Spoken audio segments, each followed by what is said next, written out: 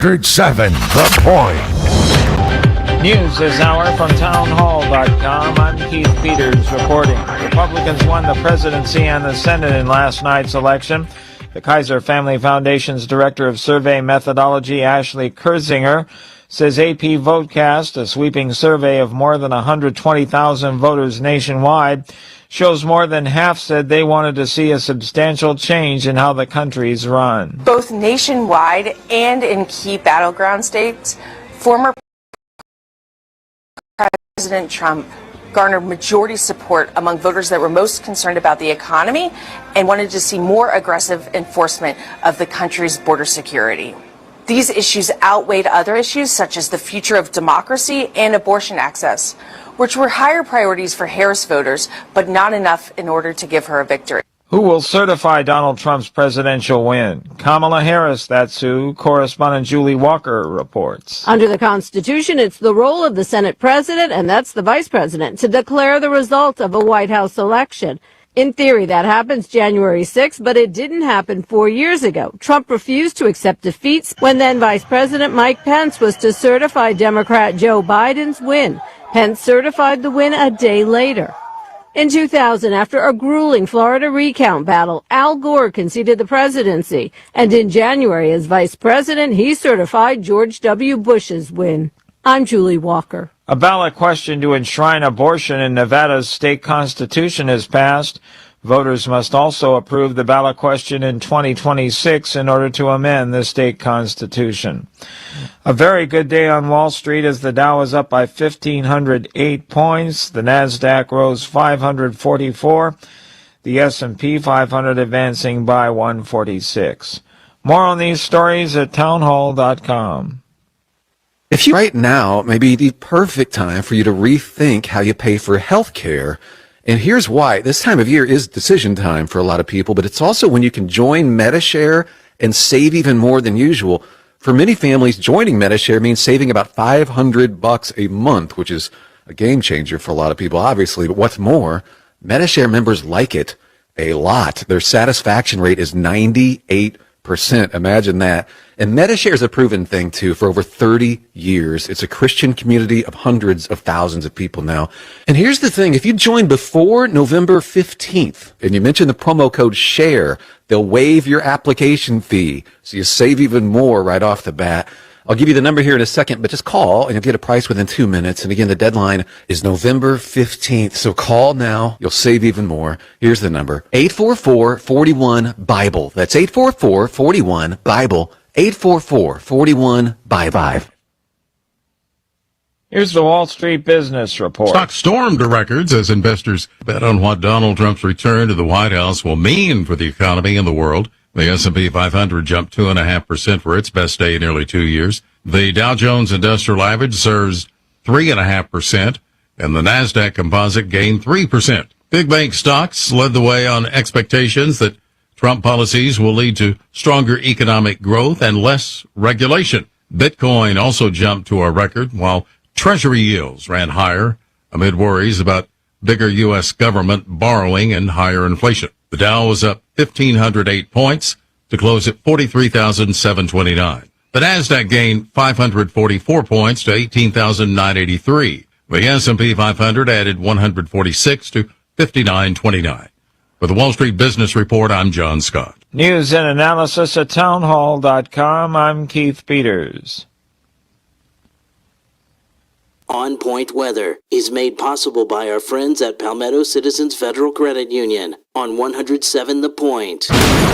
Here's tonight's forecast. Showers this evening carrying into tomorrow. Look for a low dipping to just 67. For Thursday, expect some heavy rain at times. Significant downpours to go with a high temperature of 74. For Friday, the rain chances diminish to 20% and a high of 77. Weekend cooler, highs in the low 70s. I'm Cal Moss with your On Point local weather.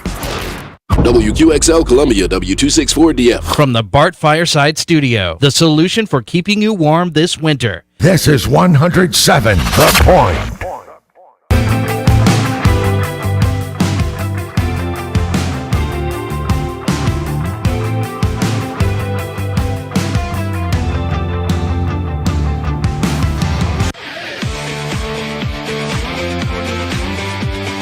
This is Sports Talk with Phil Kornblut and Chris Bergen. Sports Talk is heard across the state on radio affiliates of the Sports Talk Media Network and is streaming live on SportsTalkSC.com, as well as Twitter, Facebook, and YouTube. The South Carolina Education Lottery lucky number to call in is 888-898-2525. That's 888-898-2525. Now, here are Phil and Chris with tonight's edition of Sports Talk. All right, welcome in, everybody. Well, the voters have spoken, and I just cannot believe the result. I cannot believe what I saw last night. I mean, Chris Bergen, how could the playoff committee not have South Carolina in their top 25 in their first release last night? How could you not have the Gamecocks in there the way they're playing? I ask you, what were those voters thinking about? I don't know. Maybe they were too busy watching Texas A&M and Ohio State and just didn't pay attention to the Gamecocks. Clearly, they're not playoff worthy quite yet with the 3 losses. But, yeah, the way they're playing of late, they're turning the corner. Yes. But well done. I think you had everybody set up for a commentary on the election of another sort last night. I don't comment on that. Handled that well. That's out of my comfort zone. Agreed. I got 1 vote, and I used it, and that's that. Good for you. And I moved on. How many votes did you have? I just had the 1. Actually, 2 out of our household. My wife voted yesterday as well. Nice. My eldest niece got to vote in her first election. She turned 18 back in October, so that was kind of cool. I think she told my sister, she said, I was only going to vote in the presidential election because I don't know any of the other people. Well, I agree. I agree with that. I did not vote down the ballot except because I didn't know any of the board members. Now, I voted a couple of weeks ago. I voted early. But I don't know any of the board members. I got no kids in school, so it's not really my deal. So I let people handle that who actually know what's going on. I didn't want to just throw a vote out there. Exactly. And as a public service, because my 18-year-old niece said this, you folks in Greenville County have to do a better job of advertising whom you are and reach the young folks because they're the next wave, much like, say, a young Josh Cohen. Yeah. Who had to sit this one out, but we'll vote next go round. I made sure I voted for coroner because I wanted to just guarantee that in case I needed one over the next 4 years, I was in proper hands. So I did make sure Dead is dead, Phil. I gave Republican, Democrat, dead is dead. I asked, you weren't with us. Were you with us Friday? I don't think so. I asked Governor Hodges about that, did you know this? I didn't know this. Governor Hodges told us on the football filibuster that the coroner, make sure I got this right. I believe he said, back me up on this, Josh, the coroner has the authority to fire the sheriff. That is correct. How did you know that? That has been South Carolina law forever. I've actually heard that story because I've asked coroners of that before. I said, why in the world do we vote for you? It should not be an elected office. But when you know that you've got the power over the highest ranking police officer in the county, you probably need to vote for that person. I did not know that. Mm-hmm. Okay, all I know is that coroners have very cold hands, the ones that I have shaken hands with. Very cold hands. All right, well, welcome into Sports Talk. Good to have you with us. Our phone number is 888-898-2525. South Carolina Education Lottery lucky number for you on this Wednesday. It's a busy, busy Wednesday. We've got Chalk Talk tonight. Coach Reedy is back from Spain. Hola. He is back from Spain, so he'll be with Coach Johnson. And it's an SC Wild night tonight. Major Billy Downer will join us at 7:30. It's wet out there. It's still warm. I wonder how that impacts things in the outdoors. We'll talk with him about that at 7:30. And we'll take your phone calls for him. You have a question about something in the outdoors. Don't forget, you can also reach us via text. Our Sports Talk text line number is 803-900-4847. 803-900-4847. Also, tonight we'll hear from Gamecocks and Tigers as they talk with the media. Cade Klubnik, Tiger, Case and Henry, Gamecock, hear from them as well. So we got a lot to do. Finished up watching the Clemson game. Had to spread it out over a couple of days. And, man, did they play bad. So, I mean, the question is this the real Clemson? When you think about it, Chris, The three best teams they've played, Georgia, Virginia, Louisville. Everybody else is garbage. So they played a good first half with Georgia hanging in there and a bad second half. So two bad quarters. They played two good quarters against Virginia and no good quarters against Louisville. He can throw the fourth quarter away. So is this the real Clemson this year that we are witnessing in those three games against their better opponents? That is what they are. And Clemson fans, you may have to live with that the rest of the season. I'm just baffled looking at the stats, and I didn't get to see the game, but looking at the stats where you have a team roll up 450 yards of total offense, 101 plays on offense. You possess the ball pretty much the entire game, almost 38 minutes. And as Smitty pointed out back on Monday, you were never in the game. You had 31 first downs to 19. This game, if any game you've ever watched, and you hear coaches talk about certain stats, time of possession being one of them, is one of the most meaningless stats in all of college sports. But you look at all of what Clemson dominated. If there were ever a game where the stats did not tell the story, that was Saturday. Because if you just saw Clemson 31 first downs, 233 yards rushing, 200 plus yards passing by Cade Klubnik, 450 yards of offense. They ran 101 plays. They held the ball for almost 40 minutes. You would not have asked who won or lost. You would say, how many did Clemson beat Louisville by? Yeah. Well, the problem is, to some degree, a lot of that stuff came in the fourth quarter. In the fourth quarter alone, this is amazing. In the fourth quarter alone, Clemson ran 44 plays. Yeah, they held the ball for almost 13 of the 15 minutes. Louisville had it for 7. 217 yards in the fourth quarter, 15 of 27 through the air. Maffa had 72 of his yards, and Klubnik had 131 of his passing in the fourth quarter. Before that, though, it was more like the Bad News Bears for Clemson.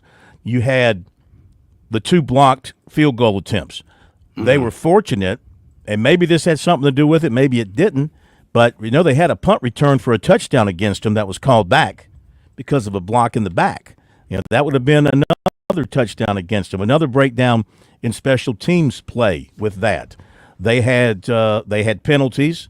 They had a really poor performance by the offensive line.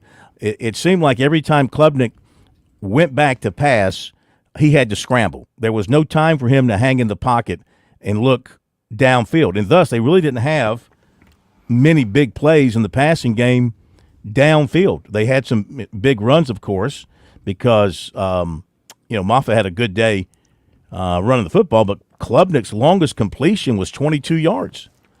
So, and Maffa's longest run was 24. So, in terms of explosive plays, non-existent in the game for the Tigers. And conversely, Louisville had a run of 45. They had a run of 47. They had a pass of 31, and they had other, big plays in there as well.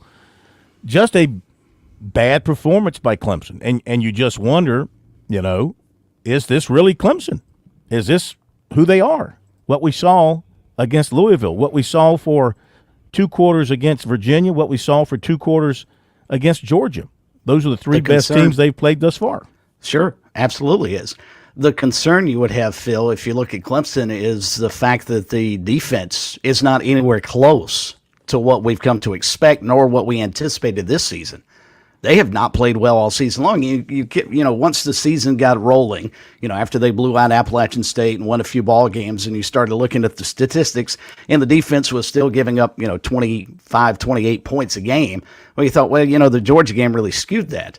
But we're so far along in the season now, I think the defense that the Tigers have been watching throughout the season, I think Tiger fans are seeing who they are. They're just not nearly a dominant defense as they have been in the past. Absolutely.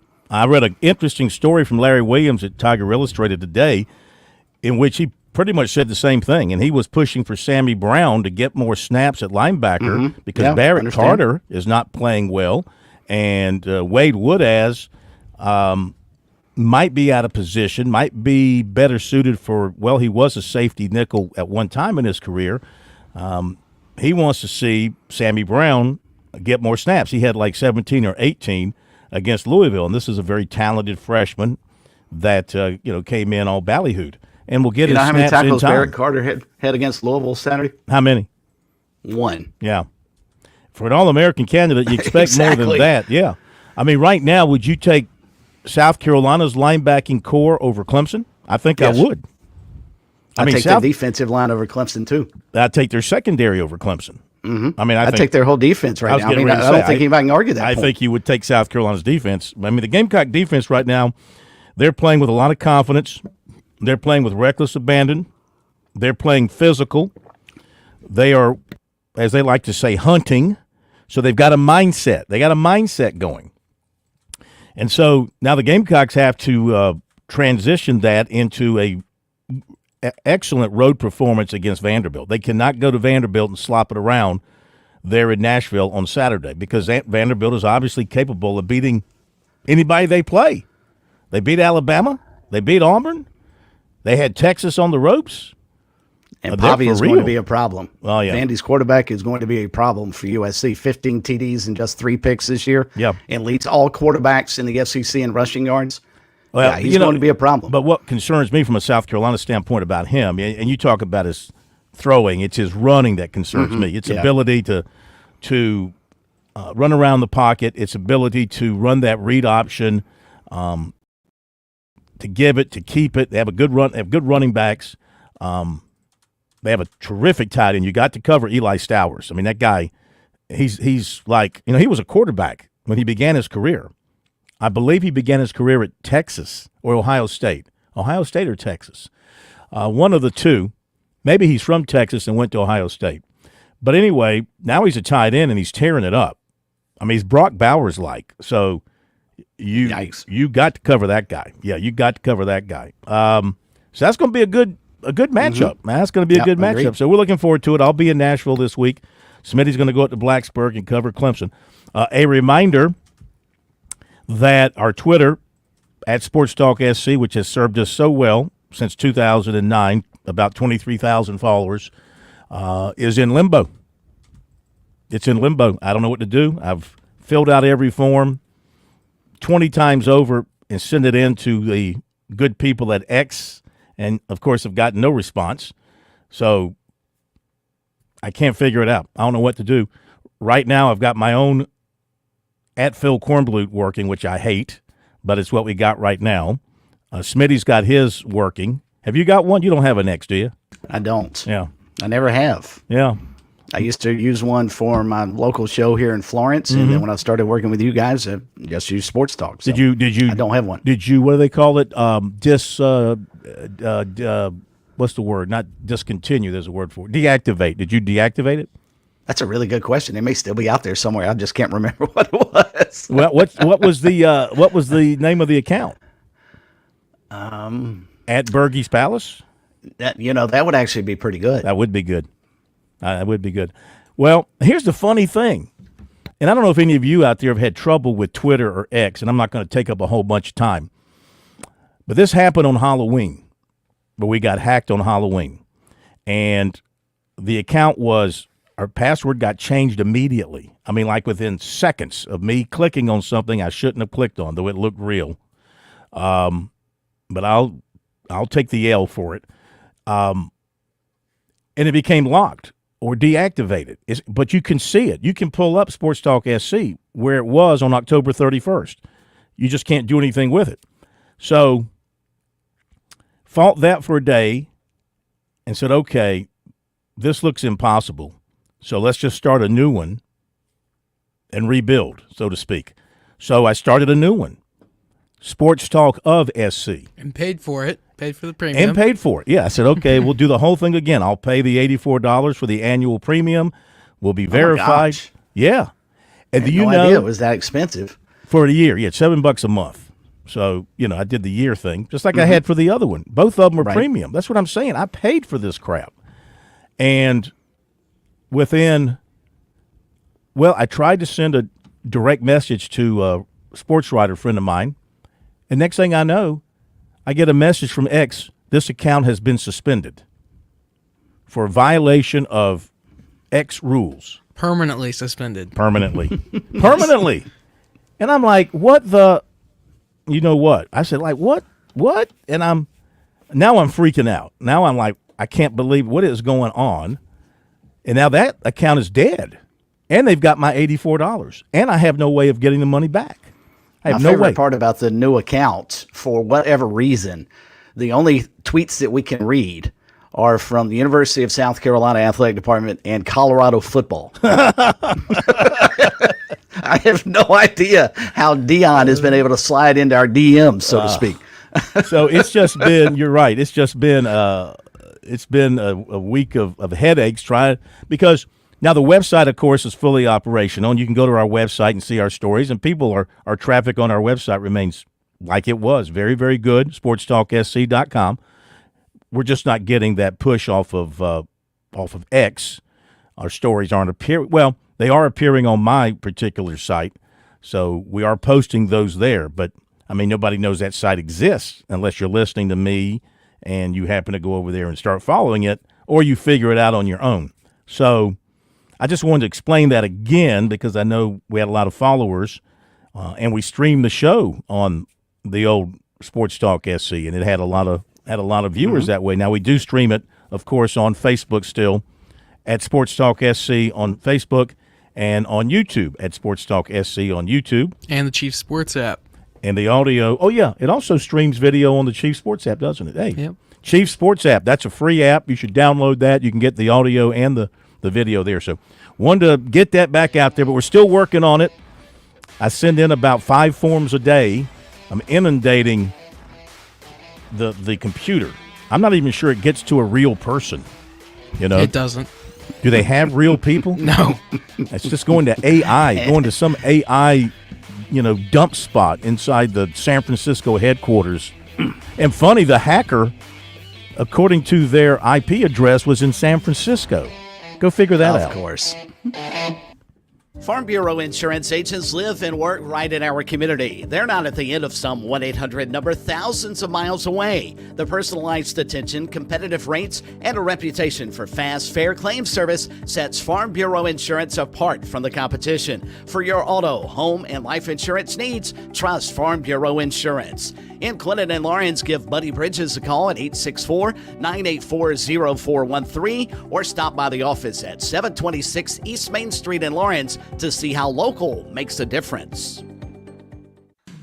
Set your youth up for a lifetime of financial success with Smart Start from Founders Federal Credit Union. Smart Start products and educational resources help teach kids and teens the basics of saving, budgeting, and smart spending. Help them learn smart money skills to jumpstart their financial journey with Smart Start savings, debit, certificates, and educational resources. Learn more at foundersfcu.com/smartstart. Federally insured by NCUA. Membership qualification required. Terms and conditions apply.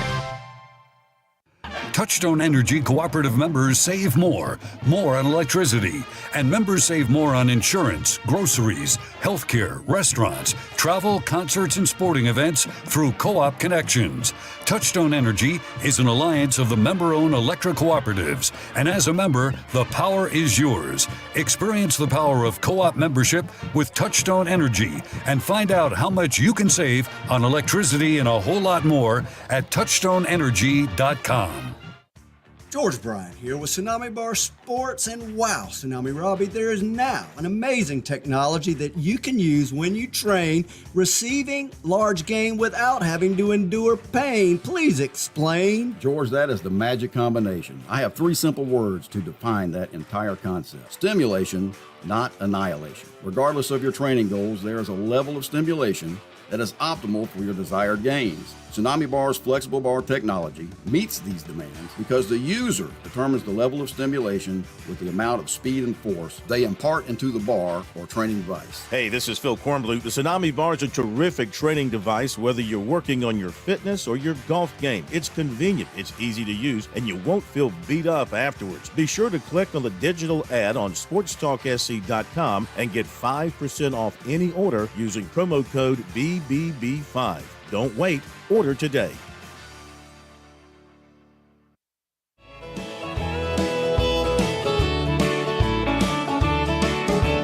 Heading down south to the land of the pines. lines I'm thumbing my way into North Carolina, staring up the road and pray to God I see headlights. I made it down the coast in 17 hours, picking me a bouquet of dogwood flowers, and I'm hoping for Raleigh I can see my baby tonight. Yeah, rock me, wagon wheel. I want to play that again and change that lyric from Raleigh to Charleston. He should be, of course, as we learned when we discussed this the first time, thank you, Andrew Miller, that this was a remake of another song. Yes. Mm-hmm. Yeah. But he does a great job with it. But he does. He should have changed it to Charleston. Maybe he couldn't contractually do that. All right, our phone number, 888-898-2525, South Carolina Education Lottery Lucky number. Let's get to your phone calls. Folks have lined up. Looks like we got about 90 seconds here for Gamecock Larry to join us tonight. Larry, hope you're feeling well. Welcome in. I'm feeling fine. But I'm going to say we're going to have our hands full in Vanderbilt this weekend. But I believe we're going to pull it out. I don't know. It ain't going to be no high-scoring game, I do not believe. But I think the Gamecocks going to pull this one out maybe about 27-17. I believe the Gamecocks going to win this game. And I'm fixing to go to sleep. I dozed off a couple of times, just to tell you. Told you. I've been awake since 2:20 this morning. 2:20 this morning. Gamecock Larry been awake almost 16, 17 hours. Feeling good like an old veteran should. You know what I mean? Ain't got to say no more. Tiger Brian, we gonna ride. I'm gonna get back in my bedroom this weekend. The nurses didn't give me permission. I can sleep in a bed. I can have 100.7 in my bedroom. So we're gonna get together one day next week. I want to talk to my old buddy Tiger Brian. Dabo, oh Dabo, I don't know. Won't let you vote because you lost the Louisville. Come on, y'all. I hear you laughing, Phil. That wasn't me. Okay. Okay, that's all right. I hope when we take care of Vanderbilt, we're going to run the table. And that includes Clemson, the last game of the season. We're going to be 9-3. Should be 11-1. But they stole it from us, and we give one away. Go Gamecock. Love all y'all. All right, thank you, Gamecock Larry. Let's go up to Ron in Greenville before we get to the break. Ron, welcome in to Sports Talk. How are you? I'm good. How y'all doing? Good. Good. Gamecock Larry says South Carolina's going to be 9-3. Yep. Well, I'm going to be the Pope. I'm going to be the next Pope. Okay. Listen, man, it seems like the last 2 days, you and Chris have just been putting Clemson down. What if they went 9-4? That would be a terrible year for Clemson. But would it be that bad? A lot of teams in the state would like to be 9-4, wouldn't they? Well, yeah, but Ron, you know as well as anybody, the standard at Clemson is not 9 wins. The standard in Clemson is not 4 losses. The standard at Clemson is not to play the way they played last Saturday. The standard at Clemson is not to get stepped on by Georgia. The standard at Clemson is not to be pushed around by Louisville. The standard. Think about it. Be right back.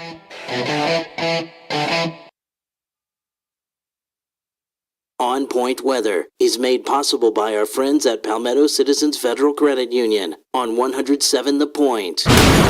Here's tonight's forecast. Showers this evening carrying into tomorrow. Look for a low dipping to just 67. For Thursday, expect some heavy rain at times. Significant downpours to go with a high temperature of 74. For Friday, the rain chances diminish to 20% and a high of 77. The weekend cooler, highs in the low 70s. I'm Cal Moss with your on-point local weather. Hey y'all, my name's Ted from Flight Deck Restaurant. It is football at Flight Deck. We are thrilled about football season. Of course, when you're watching football, there's nothing better than wings and ice-cold adult beverages. We here at Flight Deck are offering some of the most delicious meaty wings that you'll ever wrap your lips around. Flight Deck Restaurant's got hot flamethrower wings, barbecue wings, teriyaki wings, honey mustard wings. Flight Deck will be featuring Carolina and Clemson football on all the TVs all the time. So come see some great football, enjoy great wings, and sip some ice-cold adult beverages. Flight Deck Restaurant in Lexington. Thanks y'all and God bless. With SRN News, I'm Keith Peters reporting. Faced with a sweeping rejection by American voters, Kamala Harris has conceded the presidential election to Donald Trump and is encouraging supporters to continue fighting for their vision of the country. The Democratic vice president said the battle would continue in the voting booth, in the courts, and in the public square. California is being lashed by powerful winds that fed a fast-moving wildfire that destroyed homes and forced hundreds of residents to flee in Ventura County. The mountain fire prompted evacuation orders for multiple communities. The erratic winds grounded fixed-wing aircraft because of dangerous conditions caused by gusts topping 61 miles an hour. On Wall Street, the Dow up by 1,508 points. The Nasdaq rose 544. More details at srnnews.com. If you are 65 or older, you know. I get frustrated when I see people getting scammed or misled. Some of these national TV spots pushing these scare tactics for Medicare coverage, they can be very misleading. You get bombarded every fall. You don't need to let this stress you out. See, I've worked with the folks at Hickory Hill Insurance. Tim Hanbury and his dynamic and growing team has helped my family on more than one occasion. Here's the thing. The world of Medicare is changing. The laws and the technology. Hickory Hill Insurance has it covered. They have the knowledge, the leadership, the latest tech, and very caring agents. Their response time to your calls, questions, and concerns is incredible. Remember, I know this. They've helped me. It's as simple as visiting their website, partdandme.com. And I bet you think it's going to cost a mountain of money. Nope, not a penny. Let the Hickory Hill team go to work for you. Visit partdandme.com. If they can help you find a better plan, they will. If they can't, they'll be honest. They'll tell you, stick with what you have, because that's who they are. Online, it's partdandme.com, or just call Hickory Hill Insurance 708-7398. That's 708-7398. Dave Ramsey here. Do you want your money to work for you rather than you working for your money? Go see my friends at Palmetto Citizens Federal Credit Union. They're not a mega bank and have been serving the Midlands since 1936, offering good old-fashioned customer service and free services. They'll look out for your financial well-being. With 14 locations, check them out today at palmettocitizens.org. Federally insured by the NCUA.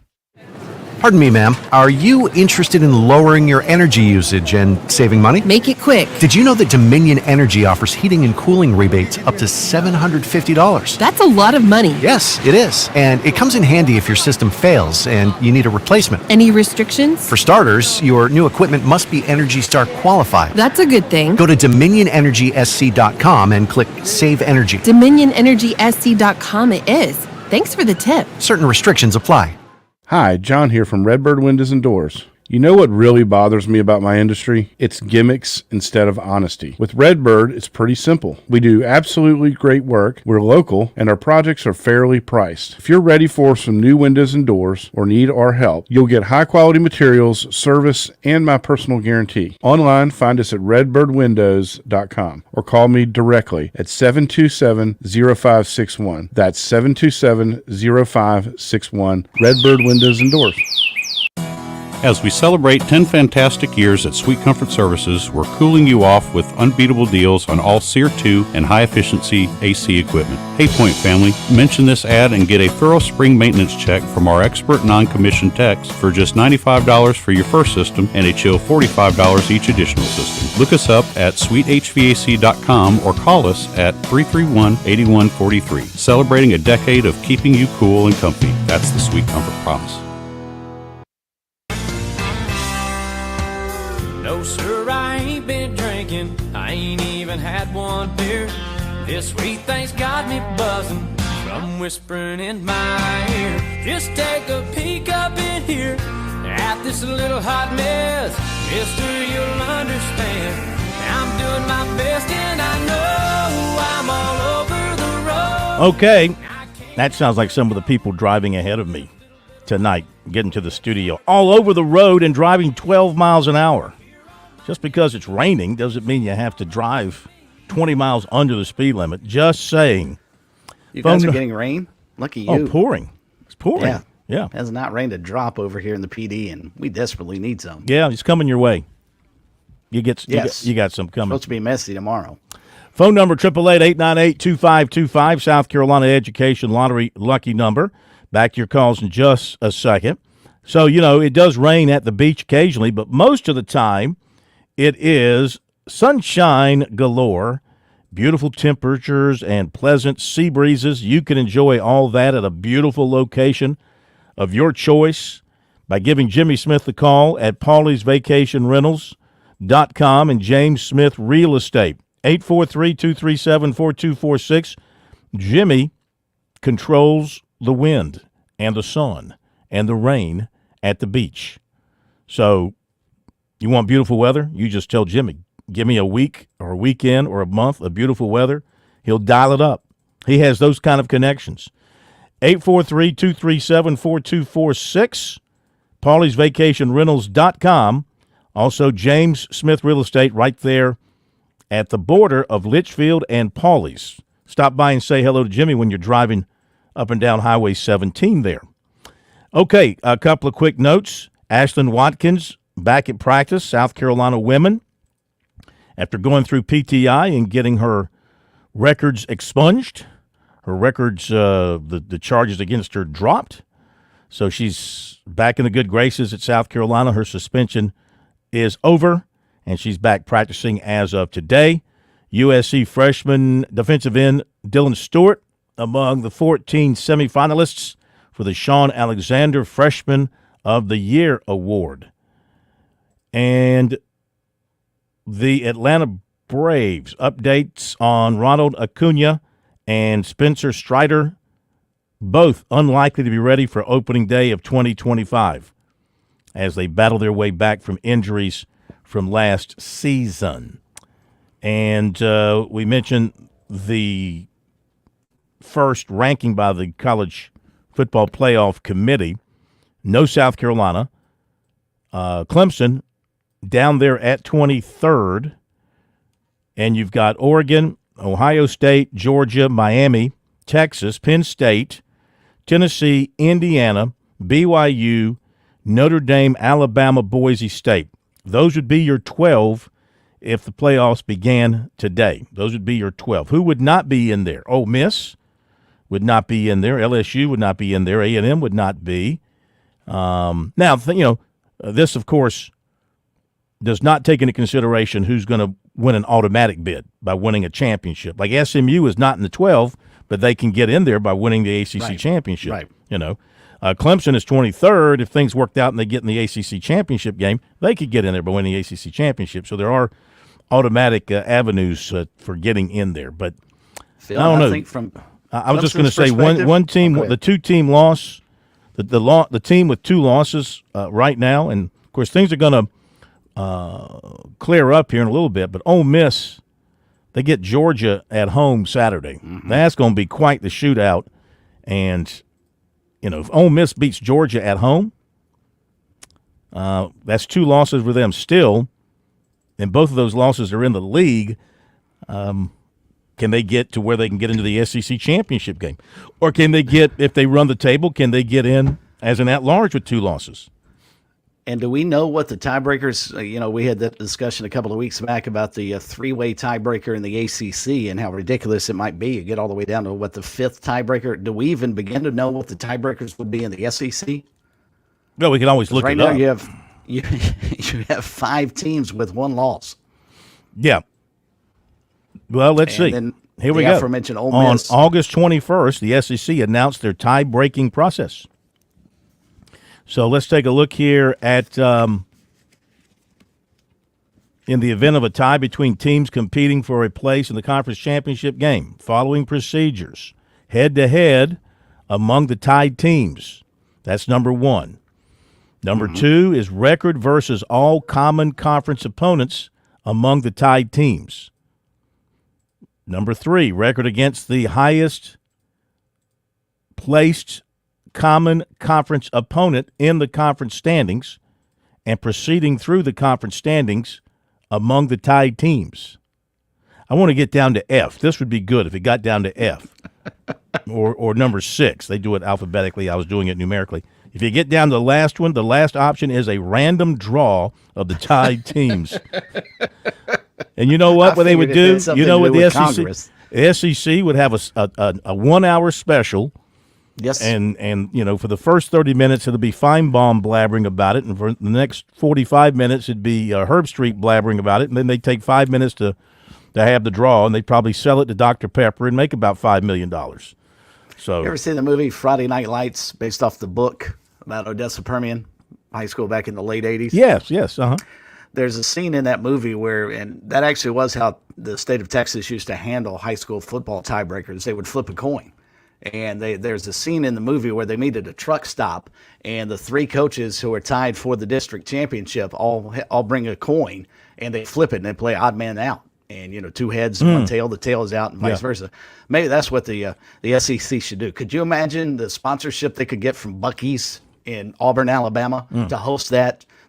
4 teams involved, 3 teams. It'd have to be odd teams.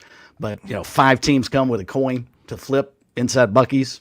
If the SEC can make a nickel off of it, you'd have 100,000 people there. They're going to find a way to make money off of it. All right, back to the phones, 888-898-2525. A couple of folks have dropped. Shame on you. Your loss. Let's go to Andy in Columbia next up. Andy, welcome to Sports Talk. I've been holding since 8 p.m. last night. Well, it's good to have you. On. You have got you got very strong hands there to hang on to that phone for that long. Yes, sir. Yep. You know what I'd like to see for the tiebreaker is like the lottery balls coming up, and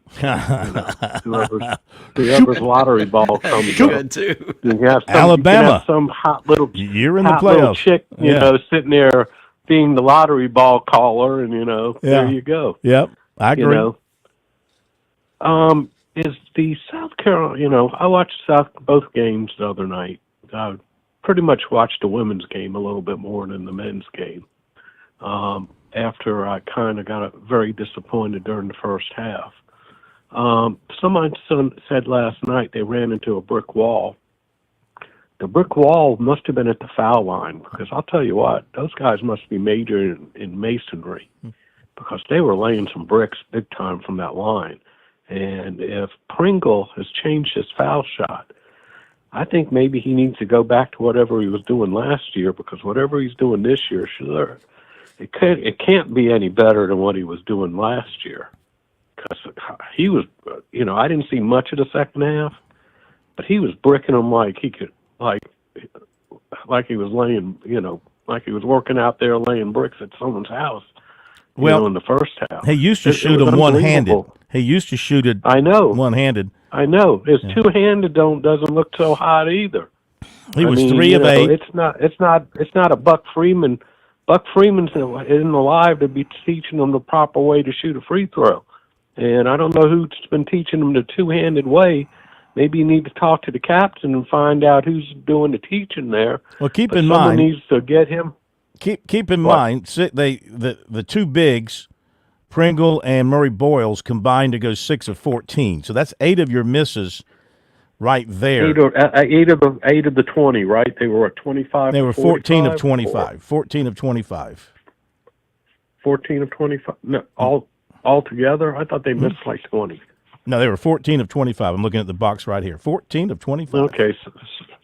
Well, that's not quite as bad as I thought, but that's still not bad. 11. That's bad enough to lose. 11. There's no. Yeah, I mean that's 56%, and 56% is pretty disappointing to come out there and do. It's almost as disappointing, I believe, during the women's game, the Michigan girls got 30 offensive rebounds. Mm-hmm. I might be wrong on that, But they do need Ashlyn Watkins back. And, I don't know if it was Tony Kornheiser and what's his name from PTI that got her passed through. But, if she got through PTI. Wilbon. I almost forgot Wilbon's name. If it was Kornheiser and Wilbon that got her back on the team, more power to them. That's all I got to say. If that's the PTI she had to pass, I say all good on that. But what gets me is she was cleared Monday. They should have flown her straight out to Las Vegas Monday to play in that game. I'll tell you that, because rebounding, I don't know what went wrong, but also their three-point shooting was terrible. I don't know if you watched any of that game or not, but they were throwing, it didn't look like last year's three-point shooting. It looked like the year before when they were not very good from the outside. And, they were lucky to win that game the other night. Well, they were. But absolutely. They trailed much of the way, but the fourth quarter they sort of they took control in the second half. They outscored Michigan in the second half. They trailed for the first half.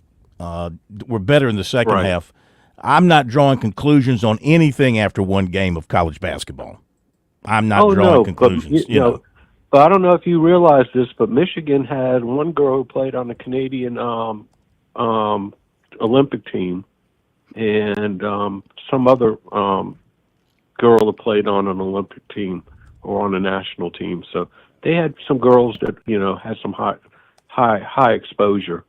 So they weren't afraid of playing a team like South Carolina. But considering South Carolina was a 20-point favorite, on the gambling side, 20 points, they just didn't look quite all together there. And I'm sure one good thing that I see from it is it's something that Coach Staley's going to take and teach these girls that, nothing's guaranteed and they better play their rear ends off if they expect to do what they did last year. All right, pal. Thank you very much. Appreciate the phone call. Good hearing from you. Yep. One last thing. Yeah. I don't think everybody should get excited about 9-3 until we get to 6-3. Yeah. And you got to take it building from there. The old one week at a time. You got to take it one game at a time. Mm-hmm. Because this weekend is going to be a very rough game up in Vanderbilt. No question. Very rough, and Missouri's not going to be no cakewalk either. Yeah. Now I don't know about the other two chump South Carolina teams, South Carolina's in-state teams we play after that, but we'll see from there. But these next two games are going to be very difficult for us. So no question, you got to play. Take our time. You play like you did against A&M. You put that kind of offensive effort and blocking up front, and get that kind of running game going, and then that kind of defense. You'll be fine. You play like that, there's nobody you can't beat if you're South Carolina. Thank you for the time. It was worth holding from 8 o'clock last night. Good to have you. Good hearing from you. All right, we're going to hit the break here on Sports Talk. And we will be back with an interview that I did last night, kind of a little taste of recruiting, with Donovan Murph, standout receiver from Irmo. Got that coming up in just a moment. Major Billy Downer here from the Department of Natural Resources, and DNR is excited to announce the implementation of Go Outdoors SC, a new online licensing and boat titling system that you can access right from your phone. Through this new system, customers can purchase their hunting and fishing licenses, renew their boats, apply for lottery hunt opportunities, and complete electronic harvest reporting requirements. For more information, visit Go Outdoors SC at your local app store. In Columbia, South Carolina, game days are our specialty. Whether you're watching the game from inside the stadium or from the big screen at your favorite local spot, the energy remains the same. Craft the perfect fall Saturday in a city where there is plenty of action on and off the field. From tubing and kayaking to Soda City to rooftop restaurants and plenty barbecue. We're ready when you are. Plan your weekend at ExperienceColumbiaSC.com. Your home is where your memories live. It's where you laugh and where you love. We understand the importance of the valuables under your roof, tangible and intangible alike. So no matter what's around the corner, we'll be there. offering you and your family the support that's made Farm Bureau Insurance a trusted name for nearly 70 years. You deserve more. You deserve a promise. Learn more at scfbins.com. Call me, Alex Satterfield, at 803-749-9171 for all of your Midlands insurance needs. Call Lawyer Lisa. Experience the difference with Lawyer Lisa. Hi, I'm Lisa Hosteller Brown. Did you know it's possible to avoid probate court after you die, regardless of what you own? Why put your loved ones through a long, stressful public process when there are better options for your family? Visit lawyerlisa.com to see how we can help. Call Lawyer Lisa. Experience the difference with Lawyer Lisa. 7511 St. Andrews Road, Irmo, South Carolina. South Carolina's taste buds have spoken, and they're asking for beef. There are more than 7,800 farms raising cattle from pasture to plate in the Palmetto State. So whether it's steaks on the grill before the big game, sirloin medallions plated for date night, or burgers with a family, make sure beef is a part of your playbook this football season. Smoked, grilled, and slow roasted. Find the best way to enjoy your beef at sccattle.org. Beef. It's what's for dinner in South Carolina. Funded by the South Carolina Beef Council, part of the Beef Checkoff Program. The South Carolina Education Lottery has introduced a new rolling jackpot, and it's big. How big? Bigger than a striped bass? Reel 'em in. Way bigger. Bigger than this world-class golf course? Or bigger than that. Even bigger than the Gaffney Peach? Let's just say with this new rolling jackpot, Palmetto Cash 5 is officially too big to ignore. Palmetto Cash 5 draws nightly, so play today and check if your numbers are winners in the Players Club app or at seeducationlottery.com. overall odds of 1 in 10. Top prize odds of 1 in 850,668.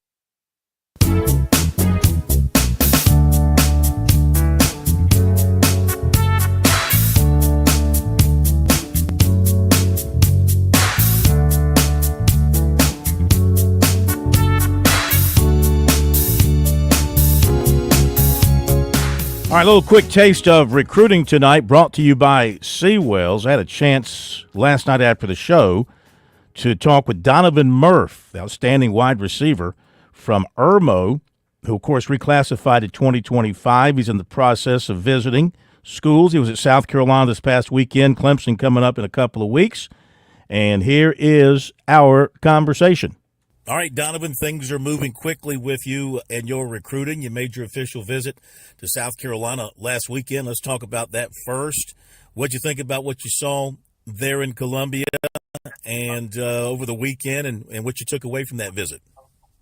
It was a great experience. I got to see a lot of things that, I didn't see before and that I can't see on game day visits, but it was an awesome experience. I got to, interact with the fans. They stormed the field, so I was on the field too, so I really got to feel, how it feels to win in a big environment like that. And, they showed me great hospitality and showed me why I need to stay home. All right, tell me about storming the field. How'd you do that? I just followed the fans. But I was on the field. I got to, see Coach Beamer, Coach Fury. I talked to all of them after the game. So, seeing that smile on their faces, I could see the passion and the, happiness they got from, getting that win. What's been the consistent message to you from Coach Beamer and Coach Fury about why South Carolina should be your choice? They just, tell me that I'm a priority, especially in the receiver position. But Norris is getting better every week. So, it's just coming to be a part of something special. And, when South Carolina, they always say, when South Carolina was winning and, they was competing for national championships, it was, in-state guys. So, keeping those in-state guys home is, going to bring Carolina back. All right, let's turn our attention to Clemson. You're heading up there for your official visit as it stands now in a couple of weekends. Is that visit still on for you? Yes, sir. As of right now, it is. Tell me about you and the Tigers and what you see with those guys. I know you've been up there before, but your thoughts on them and going back up there for an official visit. Yeah, I think they're very consistent. That's just one thing I get from them. Those guys are great. Coach Grisham, Coach Sweeney, they always show me love. I talk to them almost every day. So, they recruit me hard as well. And, they're a great football team. They just lost to Louisville, but, I'm sure they're going to be back. They're going to rally the guys, next week. But, they're ranked in the top 25, so, they're trying to compete for playoffs. And, I respect that, and I'm definitely going to hear what they got to say, and I can't wait to get back down there. What's the plan that they have told you they have for you as far as how you'd be used in their offense with their wide receiver room? They're just telling me that, I got a chance to come play early, with my reclassification. That Coach Grissom told me that I'm still a priority for him, even in the 25 class, and that, it's not a lot of guys like me, and that I bring a different skill set. So, he said he definitely wants me to be a part of that class, and, I'll definitely listen to what he has to say. He always talks about guys, so that's one thing, I'm really about. So, that's one thing that really stands out to me about him. As we talk tonight, is there one school that you would say is your top school right now? I don't know right now. I got a lot of schools, still talking to me. I don't know if you saw my top 12, but, still a lot of schools after me. I got Georgia in a couple of weeks, maybe. Might go to Georgia game. They want me to come, but I'm still trying to figure things out. But I will be signing on December 4th, so look out for that. Yeah. Early signing day, want to get it done, I understand. Outside of the state, you mentioned Georgia. Outside of the state, who else would you say is making a strong push for you? Penn State, Florida State, Maryland, Colorado too, Ole Miss, a lot of schools. Yeah, a lot of schools still trying to get me. And you mentioned possibly Georgia. I mean, do you want to? I mean, time's getting relatively short. Do you want to take more official visits besides the one to Clemson? Do you definitely want to schedule some things before you get to December 4th? Well, it's kind of hard right now because, my team is 9-0. We're trying to compete for that state championship, so that's really my priority right now. I'm just getting that state title. So it's going to be hard to try to cram that, but, I'm going to do the best I can. Sure. All right, let's talk about Dutch Fork Friday night. Irmo and Dutch Fork, maybe the game of the year in South Carolina at this point. How you feeling about it? I'm feeling great. It's going to be a great matchup between two of the best teams in South Carolina. And I'm just excited, for that environment. It's going to be crazy. Oh, yeah. You hoping Josh Smith might get assigned to you, might end up trying to cover you?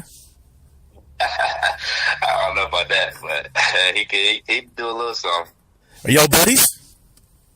Yeah, no, we're cool. I talked to him he was on his official visit. Congratulations to him as well. He just committed to South Carolina. So, we're cool. But we're not going to be cool on Friday. Oh, I understand. Last thing, when you get down to the decision-making process, what will your process be? How will you handle getting to your decision? And what are going to be 2 or 3 of the main factors you'll be considering? Just a place, that could develop me, not only as a football player, but, as a young man. Just a place, that really sits with me as a family environment. A place my family loves, a place that, I could see myself in, a system I could see myself in. So, those are the things that I really look at. Do you plan to have some sort of formal announcement at your school or just post something on social media when that time comes? Oh yeah, I'm working on something, but, everybody will know eventually. But I know I'm going to have something at the school December 4th, so look out for that. All right, there you go. Sorry about the audio quality of some of that. A little bit hot there because of the recording device. But anyway, the main thing was hearing the kid. He's impressive listening to him speak, and not just his ability on the field. I was fascinated when he ran through his list of out-of-state teams that are looking at him. Colorado. Can you remember a player from our state? I'm sure there has been over the years that you've covered recruiting to actually sign and play at Colorado? That's a good question. Not really. Not really that I can think of. Potentially pull off a huge coup. Well, I don't think that's going to happen. I mean, the feeling seems to be it'll be either South Carolina or Clemson. He'll take the visit to Clemson in the weekend of the Citadel game, and then, he might take a visit to Georgia. It's possible, you never count out Tennessee when it comes to receivers in South Carolina. They love to come into this state and get receivers from this state. So how about that Irmo and Dutch Fork game? That's going to be huge on Friday night. Mammoth game. Yeah. Okay, we'll be back. A little Chalk Talk coming your way after the break.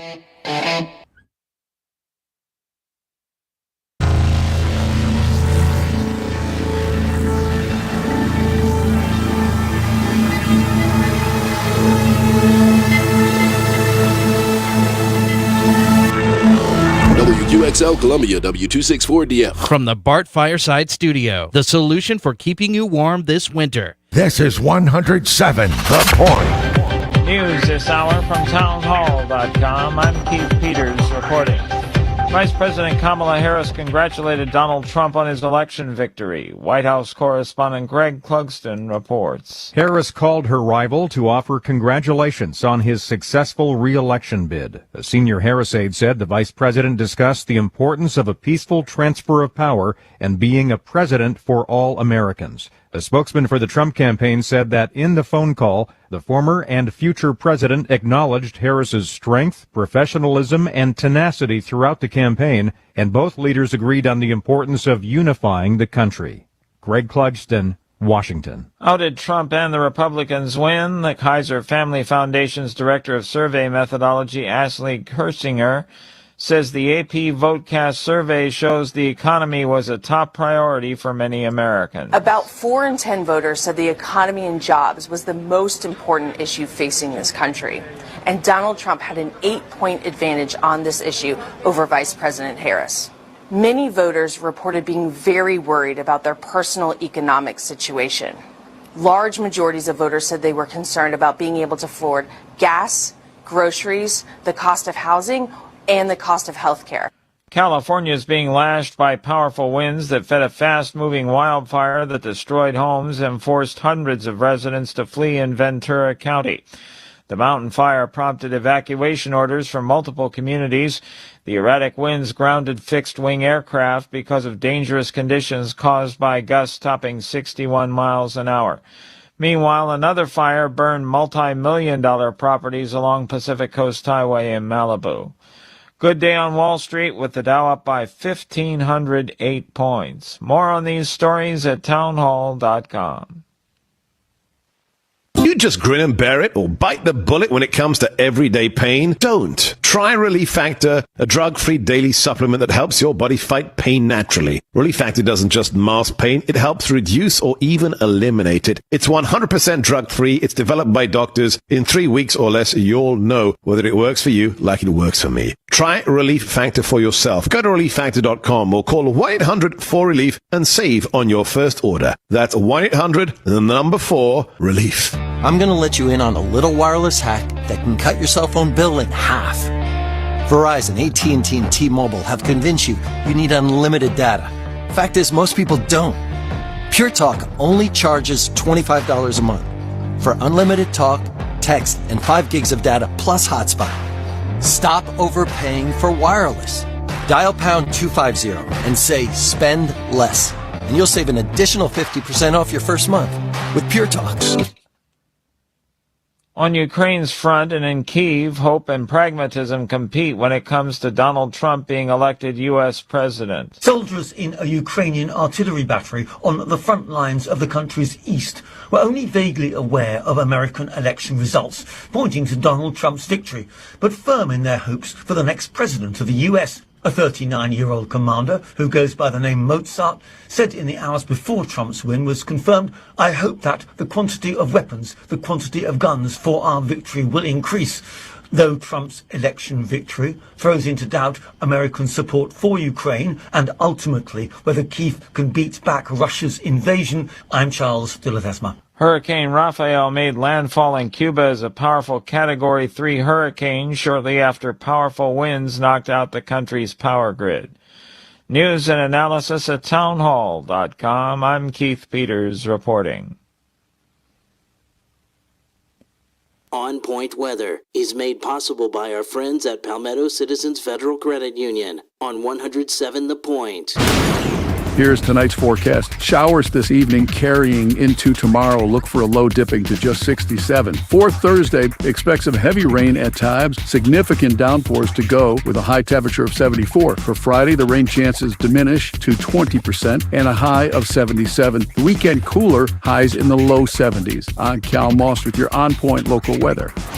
WQXL Columbia, W264DF. From the Bart Fireside Studio, the solution for keeping you warm this winter. This is 107 The Point.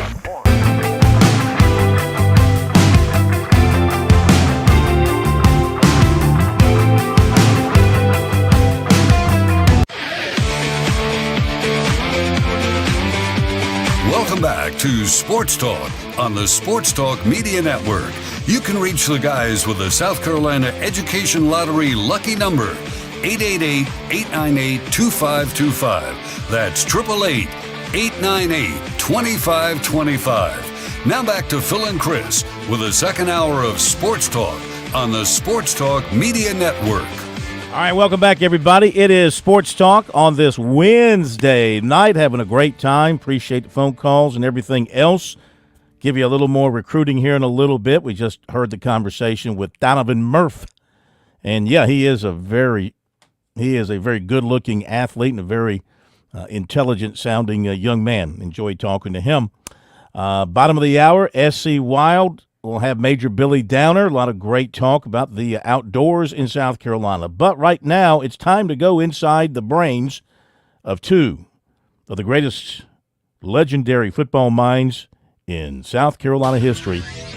Ellis Johnson, Chuck Reedy. Deep dive into the X's and O's. This is Chalk Talk with coaches Chuck Reedy and Ellis Johnson on the Sports Talk Media Network. Well, maybe a bit of an overstatement, but we do like to pump up our guests. Let's welcome in Coach Ellis Johnson. Coach, good evening. How are you? Statement. Say what? What overstatement? I think I nailed it. Now, Chuck, I got to talk in Spanish to him since he nationalized to Spain. So, buenos dias, señor. ¿Cómo está usted? Yeah, whatever. You didn't pick up any Spanish while you were in Spain? You were in Spain for 2 weeks. No, Debbie talked to him for me. She knew it. Did you have a good time? Oh, we had a great time. Yeah. I can see why people move over there and retire. I mean, the weather, the cost of living, everything. I mean, that was fantastic. Wine in Spanish. Say what, Ellis? Wine. Quiero. Chuck, you learn how to say quiero? No, I didn't learn how to say anything. Well, that's wine, so I thought maybe you ordered it several times. Well, we drank a lot of it, but I didn't learn any language. What was the best meal you had? Oh gosh! Well, we had a Wagyu hamburger that was phenomenal. A Wagyu? A Wagyu? What is a Wagyu hamburger? What is that? Well, it was a Wagyu beef hamburger. That's what. But it was. I mean, we were, and of course, the paella. Well, we had to try that. That was good. Yeah. You spent a lot of time on the beach? No, the beaches aren't that. I mean, they're not nearly as nice as like Turks and Caicos or something like that. I mean, so no, we didn't. We did a lot of walking around and eating and drinking, what have you. But beautiful country. And, I think Ellis's favorite beach is Ocean Drive, isn't it, Ellis? Well, there's this one nude beach over there in Europe that's probably better, but I've never been there. You've only looked at the pictures. Is that what you're saying? You've only looked at the pictures? Well, I've only been to about 4 American beaches, and after that, I haven't seen any of them. Okay, well, let's catch up on things. Ellis, we'll start with you and talk about Clemson. They had a lot of defensive problems on Saturday. What did you see? Yeah, it's kind of unusual. You look at the statistics. Give up 366 yards today. It's not a bad game. 156 passing. I mean, the other team had a bad game, but they gave up 4 or 5 explosive runs that just broke their back, and they didn't play well. I think they don't have the real quality depth up front that they've had, and it's showing when those kids get a little tired. They're not nearly as destructive in that front. But, it wasn't a good defensive day, but there were problems all over the field. And one thing that really happened to the defense, in addition now, is they took over near the 50-yard line and in their own territory about 5 times. So it was just a bad game all the way around. But when they used to be able to count on that defense, pull up with about 3 or 4 turnovers and minus yard plays and that kind of thing, this game, they just were not effective, and they weren't there when they needed them. And they suffered like 3 injuries on the defensive side as well. Capehart and Woods in particular, and Jones, I think they're all out quite possibly for Virginia Tech. The linebacking play has been really scrutinized here of late. What are you seeing there? Same thing. They don't have a lot of depth. And where the Wood-ass kid may be the leading tackler this year. Last year, he was the rotator. He would come in and give those 2 kids a blow, Carter and the other kid. And I don't think they're getting the production there. Wood-ass has been the better linebacker. And I just think they don't have that quality depth on that side of the ball that they've been used to. And then if the front's not playing well, that certainly affects the linebackers too. And I think that's a little bit of it also. I think, Chuck, and hopefully maybe you've caught up a little bit on what happened last weekend. When did you get back in the States? No, we were back. We've been back a week. Oh, okay. Yeah, so we were back last weekend. I saw the games. Okay, cool.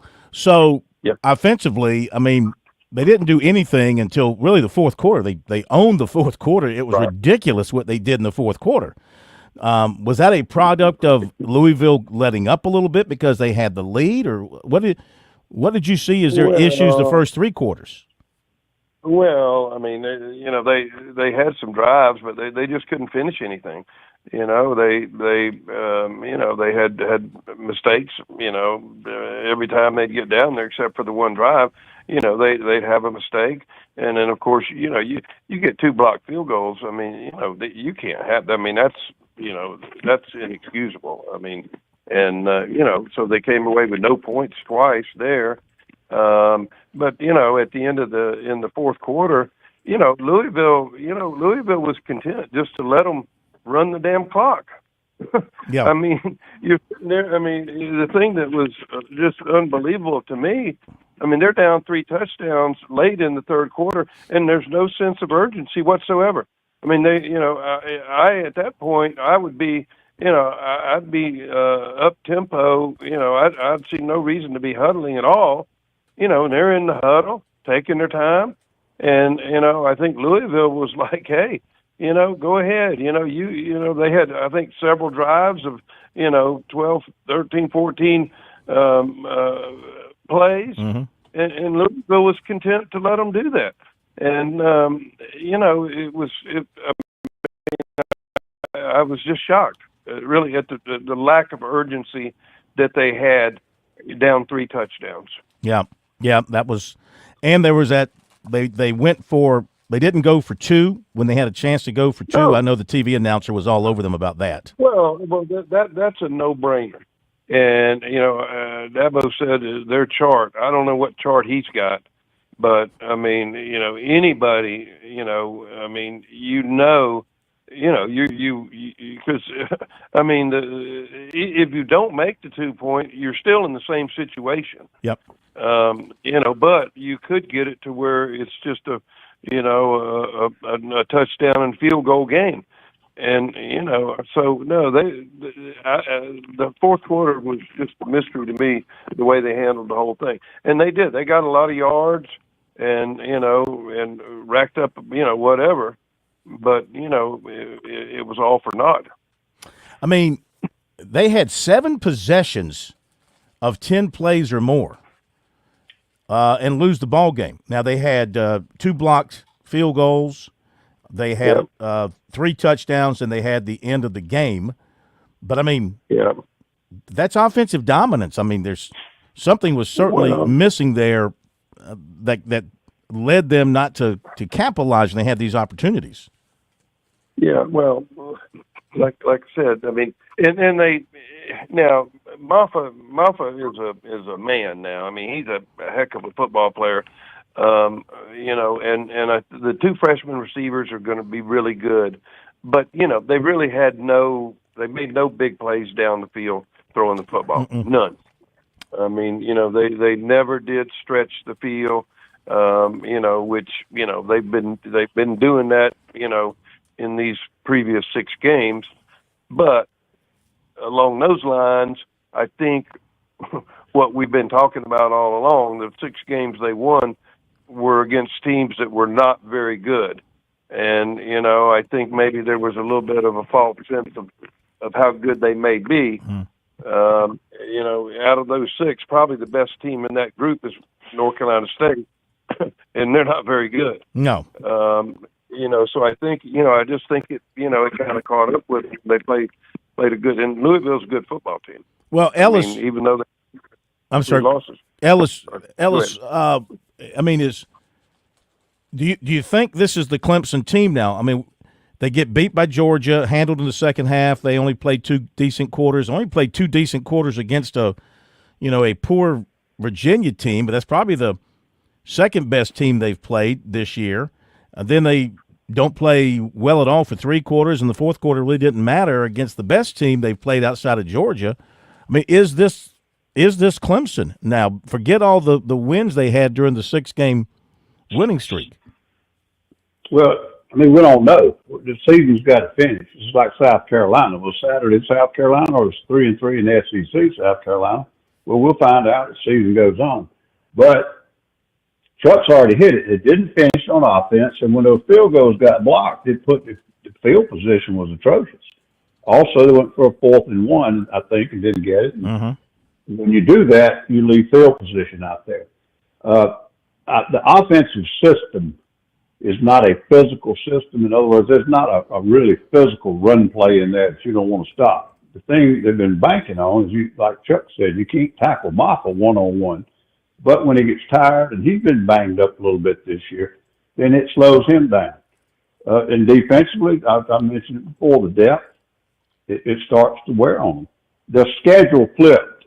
All the prognosticators and the gurus at the beginning of the year picked Florida State to win the conference. Then they thought the best challenger for Florida State was NC State. And before 2 or 3 weeks of the season was over, both of those 2 teams were in trouble. One of them was just the portal guys were just cashing checks and not playing. And the other team had quarterback injuries and quarterback problems. And when you got quarterback problems, you don't win a lot of critical games. So I don't think we know, Phil, but I agree with everything you said.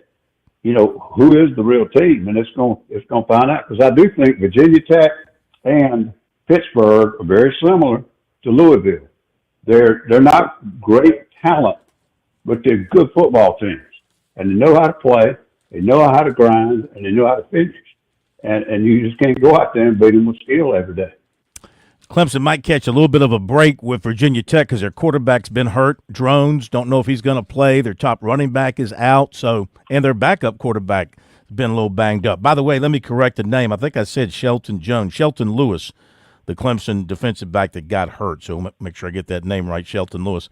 All right, let's shift gears to the Gamecocks. I don't know. We could start on either side. I guess let's start with the defense, Ellis, because my goodness, they got after Texas A&M, and that was a all-around terrific performance by South Carolina Saturday night. They play that way the rest of the way out. They're going to win 9 games. Absolutely, they have a chance to do that. Now, will they do it? They've dropped a few along the way, and thank goodness a couple of bad games they were playing poor competition. But this was fantastic, and the physicality and so forth. Now, once again, they caught a team that's having a quarterback issue. They just switched their quarterbacks last week. It's the third time Texas A&M's changed quarterbacks. I was frankly surprised that he didn't start Wegman because it gives them some balance.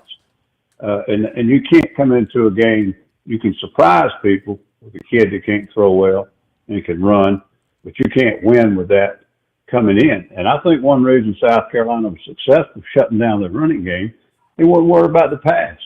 But they're playing great up front and doing a heck of a job. And I think as long as they're getting the kind of pass rush they're getting and you're stopping the run game like Texas A&M's, they got a shot at anybody. And then, I don't mean to jump into Chuck's thing, but the way the offense didn't turn the ball over as much as they had, that was critical too. Yeah, Chuck, you go on vacation, you lose your airtime. I'm sorry, Ellis just gobbles it up. So, okay. But hey, now let's go to the Gamecock offense because 530 yards against a really good SEC defensive team. 208. This will make your heart warm. 286 rushing yards. The quarterback rushed for over 100 yards, had a running back go for 150 plus. I mean, that performance probably brought tears to your eyes. Oh, I tell you, very, very impressive. I tell you, well, a couple things. Sellers has really improved. Like Ella said, of course, the turnover thing, but, I mean, he's getting better and better and better. He's, still a little bit, not as good, as accurate throwing the ball as you'd like, but he's getting there. But no, I think he's really, really coming into his own. Rocket Sanders, is a heck of a back. Obviously Simon has, the thing they're lacking is the receivers. He completed 13 passes, and 9 of them were to Sanders and Simon, and almost all of his yards came, throwing short passes to them and them making runs. But he only had 4 passes to his receivers, nothing down the field to speak of. So that's the only area that the offensive line's gotten a lot better. The problem with South Carolina and Coach Beamer, every year the inconsistency. They'll be really, really good, but then they'll be really, really bad. And if they can get the consistency, and play like they have the last couple games, like you said, I believe they can. I believe they will win out. Vanderbilt. Who thought Vanderbilt would be a challenging game here, Ellis, down the stretch for South Carolina? I mean, this is not a show up in Nashville and expect to win kind of situation for them. That quarterback's tough. Their tight end is really good. They're playing excellent defense. I mean, look, you beat Alabama and Auburn in the same year, and you played Texas to, what was it, a 3-point game? And, I mean, they're good. I mean, South Carolina's got to play excellent football Saturday. Yeah, Texas had pulled an onside. Get an onside kick, shut it down. They were kind of gasping for air, but they did have to come down to an onside kick. And it's kind of a difference. This is going to be one game where Carolina is going to have the better talent on the field. So are they going to win by that way, or are they going to win by being consistent, like Chuck says? Because one thing Vanderbilt probably won't do is they won't give them the game. That's the one way they've been surviving this year, just playing very sound. They got a good quarterback that the coach came in, put it in the system, and so forth. So, yes, it is a challenge, but the challenge is, can you keep that level of play to the degree that you did last week? And it's easy to get excited when you're at home for that fan base and that environment in Williams-Brice, the team's ranked and all that. Now you got to go up to Vanderbilt, and you got to focus. And of course, it's all over now. We're talking now. They've already had most of the practices. So hopefully they've had a good week, and they should win. But they don't need to go up there and sleepwalk. No, they don't. Before we let you go, Chuck, the first rankings came out last night.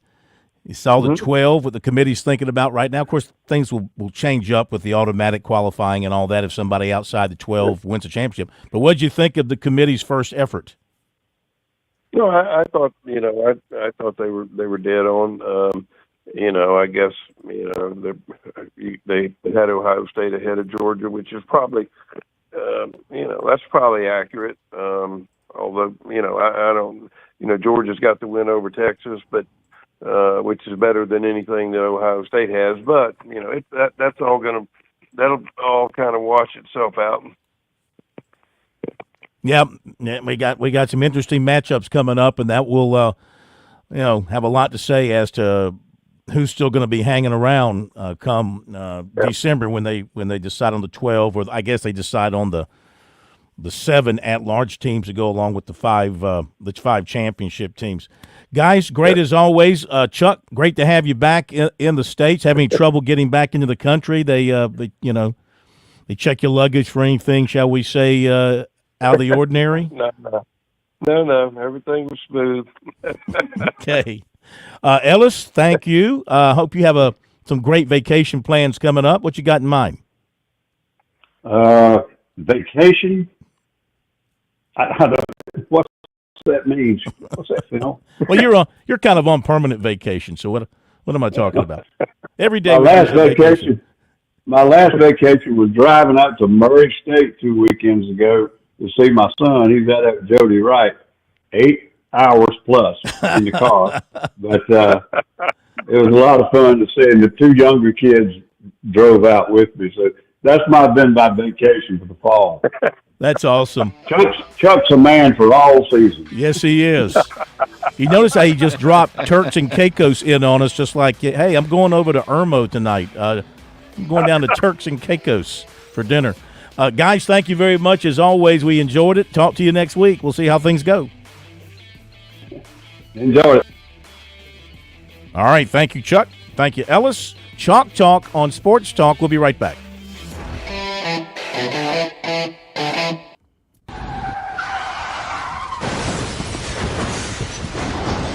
I'm attorney Jim Corbett. That's the sound of a big hit on you and your car or truck. I've been an attorney for more than 30 years, helping people who get injured in car wrecks and truck wrecks. If you have serious injuries, call Jim Corbett, 803-765-2968, or email me at jim@jimcorbettattorney.com. That's CORBETT. I don't get paid unless I recover for you. Jim Corbett Attorney, for your best recovery from a big hit, 803-765-2968, or jim@jimcorbettattorney.com.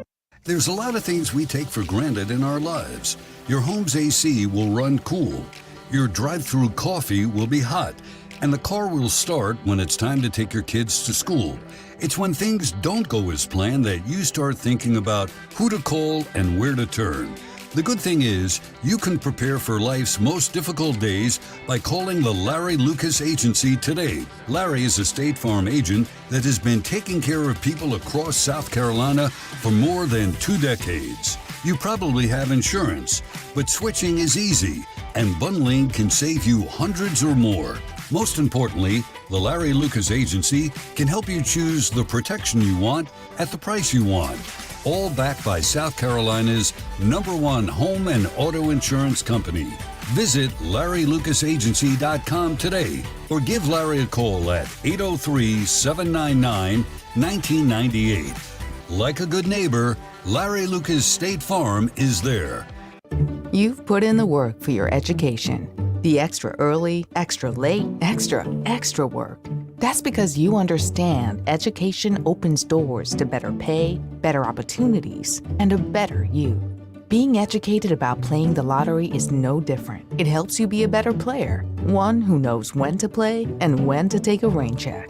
The lottery's a game, so let's keep it fun. Learn more at sceducationlottery.com/betteryou. Touchstone Energy Cooperative members save more on electricity, and members save more on insurance, groceries, healthcare, restaurants, travel, concerts, and sporting events through Co-op Connections. Touchstone Energy is an alliance of the member-owned electric cooperatives, and as a member, the power is yours. Experience the power of co-op membership with Touchstone Energy and find out how much you can save on electricity and a whole lot more at touchstoneenergy.com. The Sports Talk Recruiting Report is sponsored by Seawell's Catering. All right, give you a couple of other recruiting notes here, brought to you by Seawell's. Of course, we had the interview with Donovan Murph. If you missed that, well, the story's up on our website, SportsTalkSC.com. Of course, Seawell's, get over there for the daily luncheon buffet on Thursday. Should be quite delicious. In the nutshell, what do we have tomorrow? Tomorrow it's beef brisket and fried chicken. That's Friday good. it's roast beef Friday. Oh, roast beef Friday. Excellent. And, of course, for the best in the catering business, just give Seawell's a call. 803-771-7385 is their number. Just a couple of other notes. 2026 cornerback Amari Matthews of Cornelius, North Carolina, has Clemson and USC among his top schools, along with Tennessee, Virginia Tech, and Florida State. In a story he did with On3, he says he's going to visit Virginia Tech this weekend, South Carolina the 16th, and Florida State or Clemson on the 30th. He's already been to Clemson for a game this season. Basketball, USC offered 2026 6'4" Corey Corbett, no relation to Jim, 6'4" Corey Corbett of Ridgeview gets an offer from the Gamecocks. Okay, SC Wild coming up next.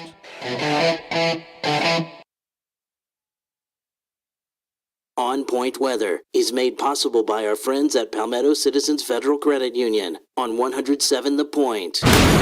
Here's tonight's forecast. Showers this evening carrying into tomorrow. Look for a low dipping to just 67. For Thursday, expect some heavy rain at times. Significant downpours to go with a high temperature of 74. For Friday, the rain chances diminish to 20% and a high of 77. The weekend cooler, highs in the low 70s. I'm Cal Moss with your On Point local weather.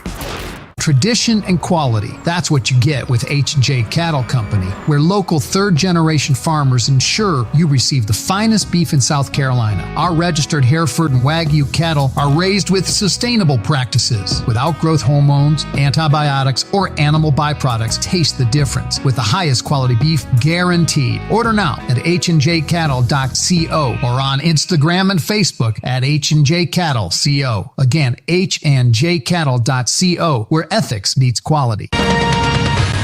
With SRN News, I'm Keith Peters reporting Donald Trump spent his first day as president-elect receiving congratulatory phone calls from his defeated opponents, world leaders, and President Biden as he began the process of turning his election victory into a government.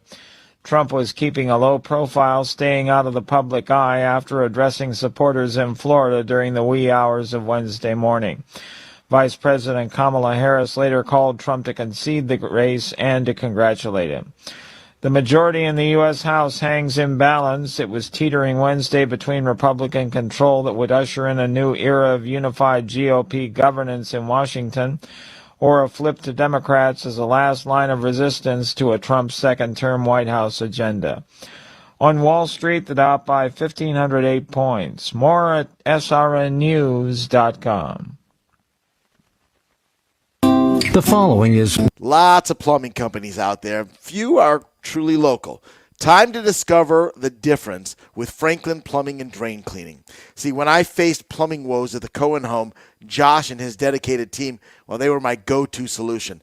They make a commitment to exceptional service. They arrived on time, clearly detailed all the costs and procedures, and efficiently handled all my repairs without any surprises.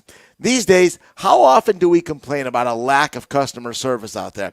With Franklin Plumbing and Drain Cleaning, these folks are professional. They're courteous. They're skilled at what they do, and they've earned my trust, and they've earned my recommendation to you. From urgent repairs to the tankless water heater you've always wanted, they've got you covered.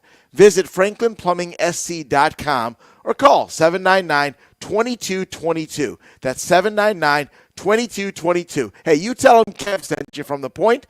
I'm pretty sure you'll want to thank me later. Questions about Medicare? I'm Joel Lurie, and at Lurie Life and Health, we can help you find the plan that meets your needs and budget. The Medicare annual enrollment period is from October 15th to December 7th. Why use an out-of-state call center when you can work with a local agency? Lurie Life and Health. We're local, independent, and can help you over the phone or in our office. And our service is at no cost to you. Call Lurie Life and Health in Columbia, 803-256-2067. The hunting season is here. Whether you hunt in the woods or near the water, Palmetto State Armory has you covered with everything you need for the season. PSA has a complete inventory of AR-style rifles, bolt-action rifles, shotguns, ammunition, outdoor apparel, decoys, and more from all of your favorite brands. Visit PalmettoStateArmory.com to find the store nearest you. Palmetto State Armory, American made for life.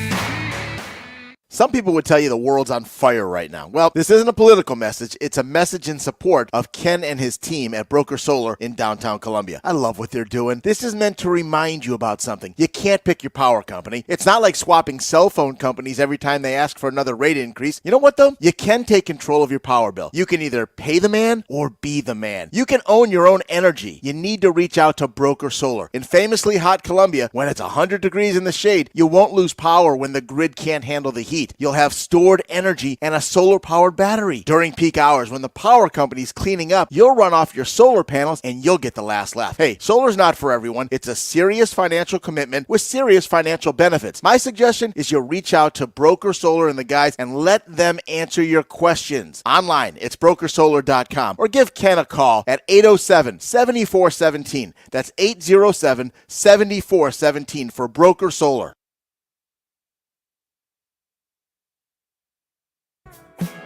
It's SC Wild with Major Billy Downer from the Department of Natural Resources.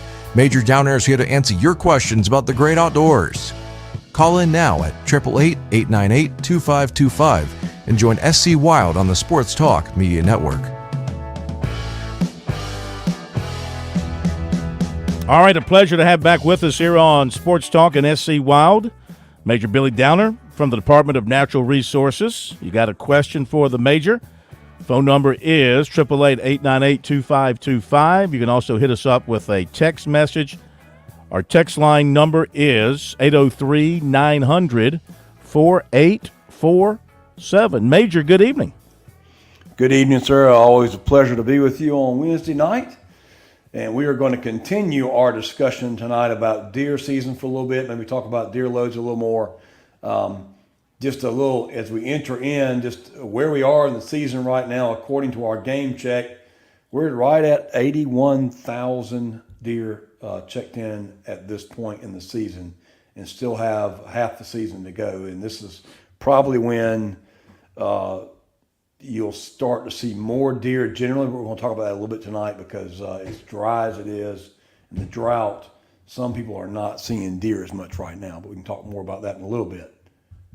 Sounds good. Of course, we got some rain in the Midlands area today, and I think we got a little bit of rain in the forecast in certain parts of the state over the next couple of days. We do, absolutely, and that's going to change things as we get some water. But it's just extremely hot again. I think it was 79 when I was driving home this afternoon at 6 o'clock. That's just really hot for November. I was reminded by a friend of mine last year that we were in the 20s. I think at this point last year at some point. I mean, I know this is South Carolina. Again, if you don't like the weather today, just wait for tomorrow.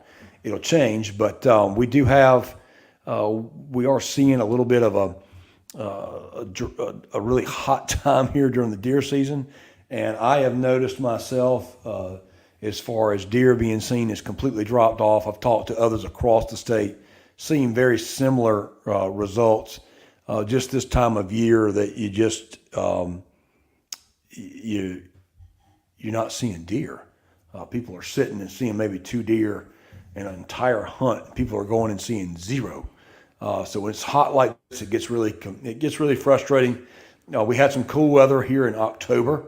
Things got fired up a little bit as it got colder. Some bucks started moving around. As you mentioned, Phil, we've got deer, all over the road. You see deer everywhere. And that is indicative of this time of year when bucks begin to push those, deer really start moving. Bucks will push smaller bucks out. So you get deer on the roads and you see more deer hit this time of year just because they're moving more. We get, you go and combine in your moon phases and full moons, and deer are walking at night a lot. During the rut, they're pushing around, they get in the roads, and they get hit. So you see a lot of deer hit by cars this time of year. But in the field, it's been really dry the last few weeks as far as what people have been seeing. In deer, of course, it's dry, literally, not much rain. We are going to get some rain. Hopefully that will change some things. But when it gets hot like this, deer like us, they take time, stay in the woods, stay in the cool shade. If they don't have to come out, they don't. A lot of crop fields are getting cut this time of year, so you get to the bean fields right now being cut. So the food source gets removed. Not a lot for a deer to come out there for when it's just flat ground and it's dry. When they just finished cutting a bean field, and a lot of the areas people like to hunt beans because when it's green, it's great to hunt deer. It's like a big food plot. But when it dries out, deer are out there also, and they're eating the actual soybeans themselves. But as soon as you cut it, that whole food source is gone, unless you've got some grass underneath the growing or whatever. So that's the situation right now in a lot of fields.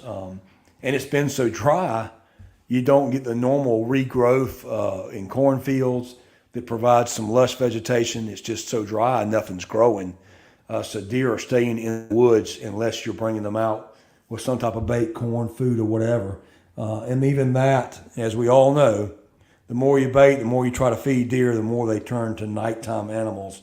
And they come out right before it gets slam dark, and they're out in the dark, and then in the daytime and morning, they're leaving pretty quickly. So your time to see deer gets very short when it gets like this, and that's frustrating. And one thing, of course, nighttime deer hunting is a no-no. In fact, Absolutely, I think I saw a story a week or two ago where there was a casualty from somebody night hunting, and this person was arrested as a result of that. You recognize that story?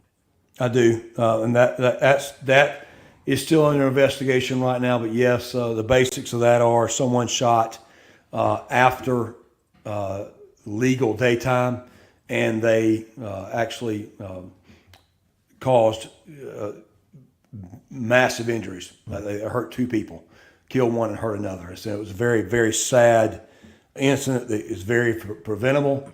It is one of those situations where we've talked about plenty of times to identify your target, what lies beyond it, and what's in front of it. This is a situation where someone shot at dark, they heard something, they shot. They were hunting at night, so that's illegal right there.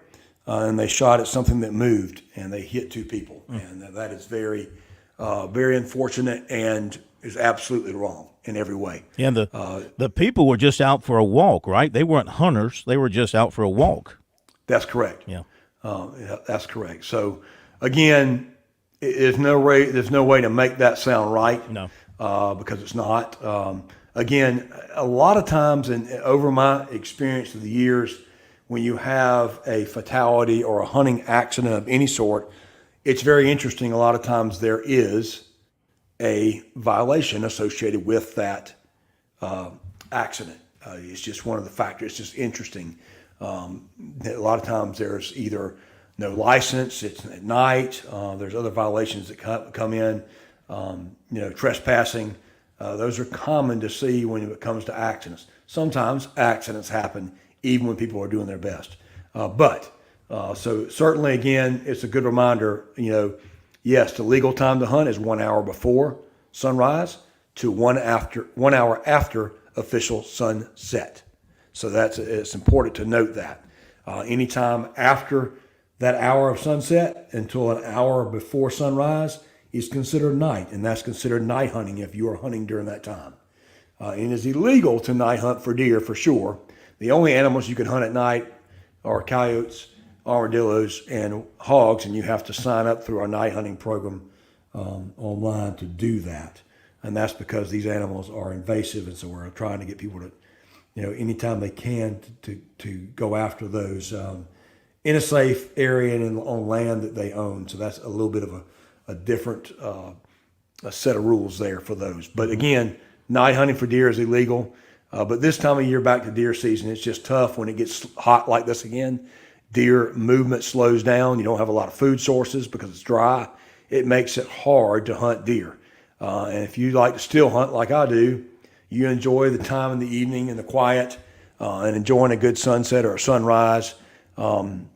Avoid of mosquitoes, which right now they're back again. So that's kind of out.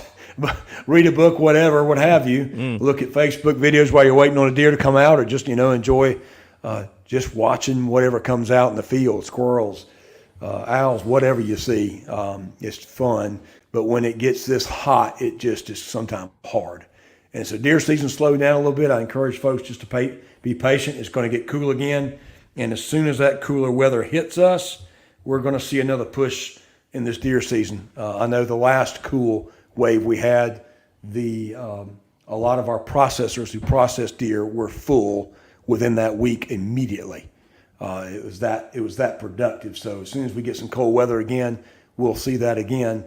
We'll see, I'm sure, the deer activity pick up, and then we'll see more opportunity for hunters to be successful there. All right, let me ask you this question. Let me ask this question real quick, because this is coming from somebody who doesn't hunt, so you'll excuse the ignorance. Our phone number, by the way, 888-898-2525 to reach the major with a question about anything related to deer hunting. So obviously you sit in your deer stand and the weather's cool, you expect the deer to come to you. Why can't you, as the hunter, go into the woods and go look for the deer that might be, because it's warm, they've gone back deeper into the woods? Is that just too difficult to do? So that's an excellent question, Phil. We're not going to count you off on that one. But this is not the Midwest. You don't have big valleys, mountains, places to hide behind rocks to make a stalk, if you will. We're in lowlands for the most part. Deer are designed to protect themselves against predators.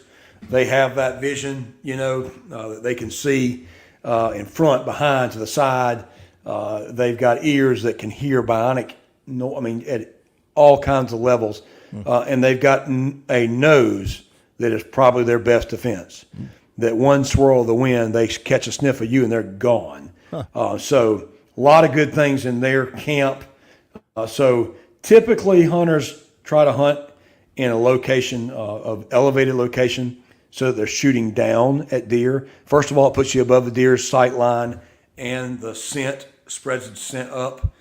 So it typically doesn't mean it always works that way, but that's safest to hunt that way, to hunt elevated and to have that backstop. The ground is a backstop. If you go stalking deer, you're now shooting level, and that can become very unsafe if you're not familiar with where you're hunting.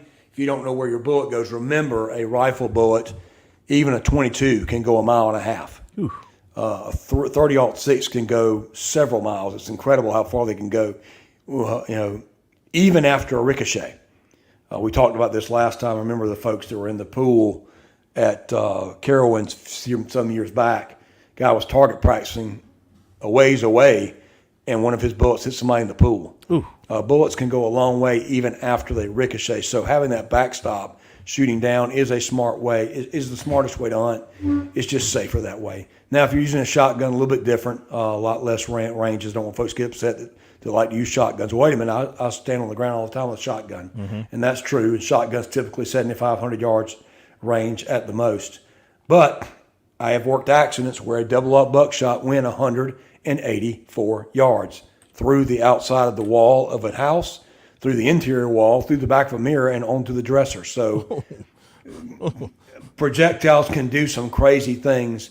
So it's very important that hunters always watch where they're shooting, know what's beyond your target in case you miss. So again, elevated's best. Now, I can tell you funny stories. I've actually got out and tried to break the distance to a buck before, and it just doesn't seem to work out because they hear you at some point. No matter how quiet you're being, they may not smell you, but they'll hear you. And then when they hear something, that eyesight turns on and they can see incredibly well. Now, camouflage does help. They see in shades of gray, yes, but they still are very, very wary animals. So it's best to sit. A lot of times, try to sit and wait them out. Again, we talk about this all the time. During the rut, like we're hoping, now the rut kind of started, and then we got this hot spell, so things kind of slowed down. I will tell you that bucks are still moving around somewhat. This heat the last week's really slowed some things down, but up to this past week, bucks were still moving when it was warmer. It takes a little time for it to slow down. I think they'll start back up again if we get some cooler weather. But one of the things we talked about in the last show, Phil, was just talking about ammunition and the different types of ammunition everybody shoots. And it's interesting, since that show, I've had so many people want to comment about what round they use, what their favorite deer rifle is. Yeah. The old 270 always pops up. I'm a favorite fan of the 708. I am not a fan of the 6.5 now because I've had some bad experience with it. However, it is still a good round. Lots of people use it. I just had some bad luck with it, and I think it had a lot to do with ammunition choice. Remember, Charles gave us the information, Charles Ruth, last time we talked, that his study that he did some years back was fast bullets with lots of weight will punch through and sometimes not leave a good wound channel. The bullet actually doesn't break down, it just punches through, and that does not cause the animal to bleed fast, and the animal can run off. So you may lose the animal. Smaller, lighter rounds, still a lot of speed. The lighter rounds will break up upon impact. So the old Corlock round we talked about last time, the old just Remington Corlock with a lead bullet with a copper case, but the lead on the end where it's opened up, it allows that bullet to expand immediately. Some ballistic rounds, if you get the smaller, lighter loads, will open up better. There's that Winchester deer season I talked about that I had some really good experience with when I was checking these rounds out a few weeks ago. It's got a really large ballistic tip on it, and it opens up. It's like it's a hollow point rifle bullet with a large ballistic or a rubber tip on it that makes the bullet aerodynamic in flight, but when it hits the animal, it expands quickly. So it causes a lot of damage and it will bring the animal down, make a quick, clean kill, as we call it, ethical takedown. So that's what you want. You don't want an animal to run off. You want to be able to find the animal. That's the goal of hunting, and we want to do that safely and as quickly as possible for the animal's sake too. So good bullet choice is something I think everybody needs to look at. There's so many different rifle rounds out there that we could go through, the 243 all the way up to, the 7mm Magnum. 30-06 has been around forever, the 308. Just hunting with someone last week, 308, shot again. Never found the deer. Almost positive he hit the deer. Just one of those problems where the bullet went through too fast. It's just one of those things that you have to find the right bullet, the right projectile basically for your round that will do what you need so you can get that animal, you can find the animal quickly. And that's just, that takes some time and effort, takes some time at the range. A lot of people go get their rifle, they sight it in, they go to the store, they get it bore sighted, what they call bore sighting, where they put a device into the barrel and they line up the scope and get it tightened down, and then they go to the range and they really hone down that scope, they adjust it and get it where the bullet hits at 100 yards so they can hit the center of the target center. And then after that, they never touch the rifle again. And they just hope they don't bump anything else, and they may never check that rifle. It's always best before you go deer hunting every season to at least shoot your rifle a couple times. One shot, usually probably good enough, but if you really want to do well, you want to shoot 3 shots, see where those groupings are. You can shoot 3 in succession, but then you're going to need to wait and let the barrel cool down a little bit, because as that barrel heats up, it begins to change the direction of the bullet, ever so slightly. But when you're out there trying to get 100 yards and beyond, you really want to be careful. Make sure your barrel cools down a little bit so you get an accurate shot. Because most people, when they shoot a deer, they shoot one time, and the barrel's cold when they shoot. So you don't want to shoot when the barrel's hot, because it changes it just changes the trajectory of the round. So again, shoot a couple times. If you shoot 3 times, you can kind of get a good triangle of where those bullets are going, and figure out if maybe one, your first shot, you may have jerked. The bullet may be off, but your next 2 shots might be right together. And that tells you it was you the first shot. Where if you shoot 1 time and start chasing that bullet around the target and start adjusting your scope, you may have been jumping the whole time. And you're adjusting to something where the gun was already accurate, and now you're making it inaccurate by changing your scope up. So it's just something that takes time to learn that. It's just a good idea before you go hunting to check your scope out. Now, some guys listening to this are scratching their head going, I can't believe that he's actually trying to explain this on the radio. I mean, who doesn't know that? Well, I say that, and many of my friends every year go out there, don't sight the rifle in and shoot and miss and wonder what happened. And then they go check the rifle, and all of a sudden, it was off by 4 or 5 inches. Well, 4 or 5 inches at 100 yards is one thing. When it gets out to 200 yards, who knows how far off it is? So that's really why you need to practice. Practice makes perfect. You've heard that phrase all our lives. But taking time to go to the range, check that rifle before you go. I can't say that enough. It just makes you more accurate. It'll make you a better hunter. So take the time to do that. And when it's hot like this and you don't want to go deer hunt, go to the range. We've got several public ranges around the state. Spartanburg. The Spartanburg James O. Thomason range, it's got a 100 and a 200-yard range there. We've got the Pickens range as well up in that area. We've got the Watery range here in the center part of the state with a 100-yard range there. We've got the Twin Ponds range down toward Charleston with a 100-yard target range there as well. So take advantage of the ranges we have out there and go check your rifle out, make sure you're on so that when you're ready to go, you can be confident in your shot. The last thing you want to do is have a deer at 200 yards that you should have no problem with your rifle and you miss because you didn't practice. You didn't check it. That's a heartbreak. If you miss a deer of a lifetime because you just didn't take enough time to go shoot that rifle and check it out, that's a heartbreak. And I've heard plenty of stories of guys who have missed, couldn't figure out why. They go to the range and figure out the rifle was off, and they needed to reset it. So those are things to think about this time of year. But other than deer season right now, that's pretty much it. We're getting ready for waterfowl season. And next time that we have the show, we're going to do our standard waterfowl show, and we'll talk about the waterfowl season coming up, what the waterfowl report looks like from the coast and around local ponds in the Midlands here. But right now, we've had a little bit of a teal season, a little bit of a early goose season. Bear season pretty much done, and we're working through into the middle of deer season now, in some hot weather, waiting on cold weather to come back, get these deer moving again, and then we'll get into that full moon, which will change things again, make them a little more nocturnal. But I think everybody has different opinions of full moon. I've always found on full moons that deer walk better in the morning.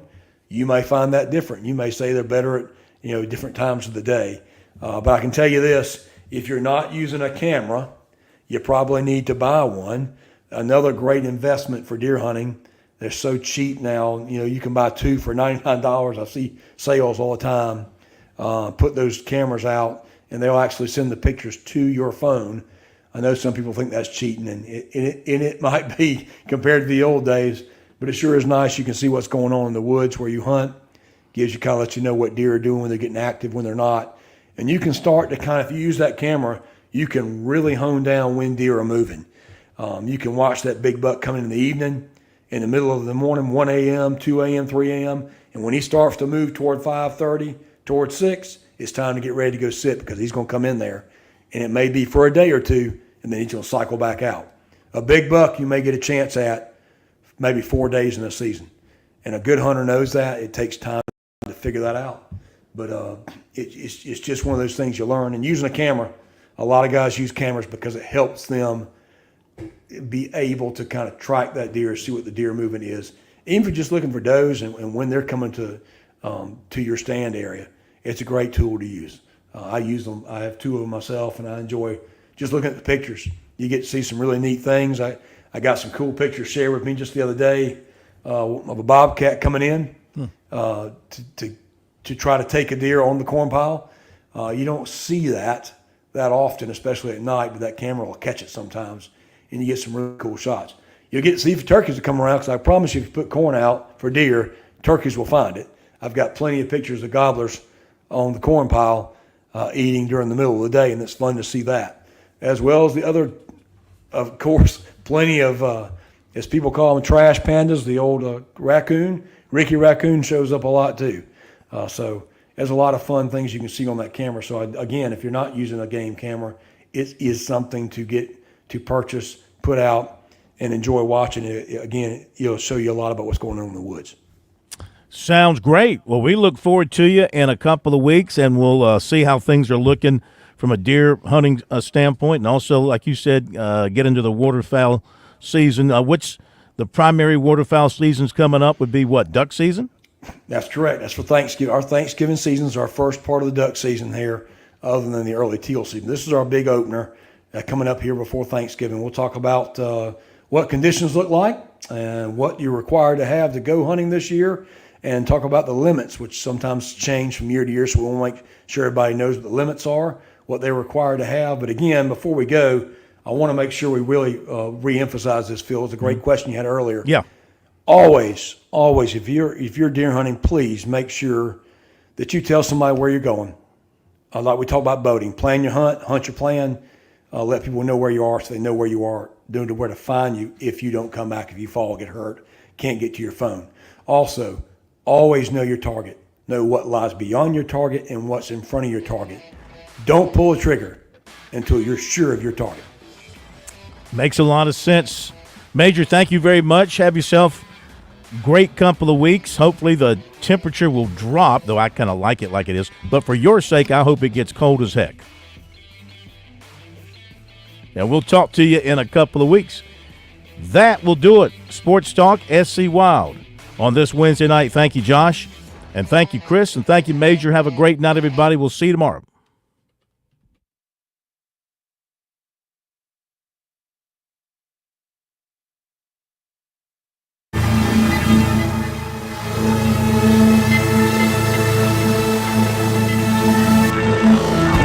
XL Columbia W264DF. From the Bart Fireside Studio, the solution for keeping you warm this winter. This is 107 The Point. News this hour from townhall.com. I'm Keith Peters reporting.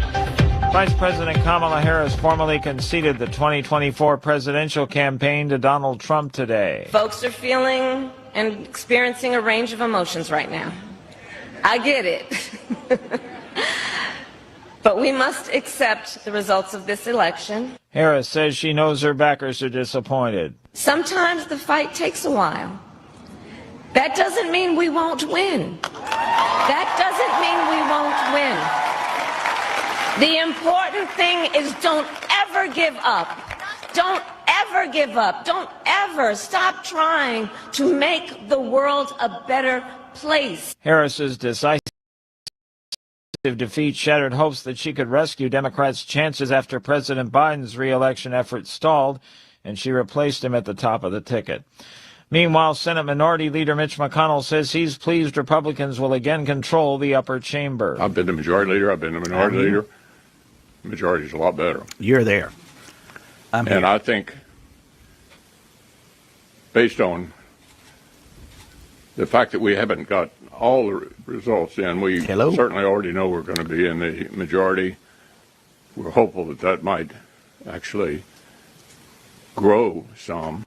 While McConnell credited Donald Trump's campaign operation for the victory, he also chalked up the election results to frustrations with the current Democratic administration. California is being lashed by powerful winds that fed a fast-moving wildfire that destroyed homes and forced hundreds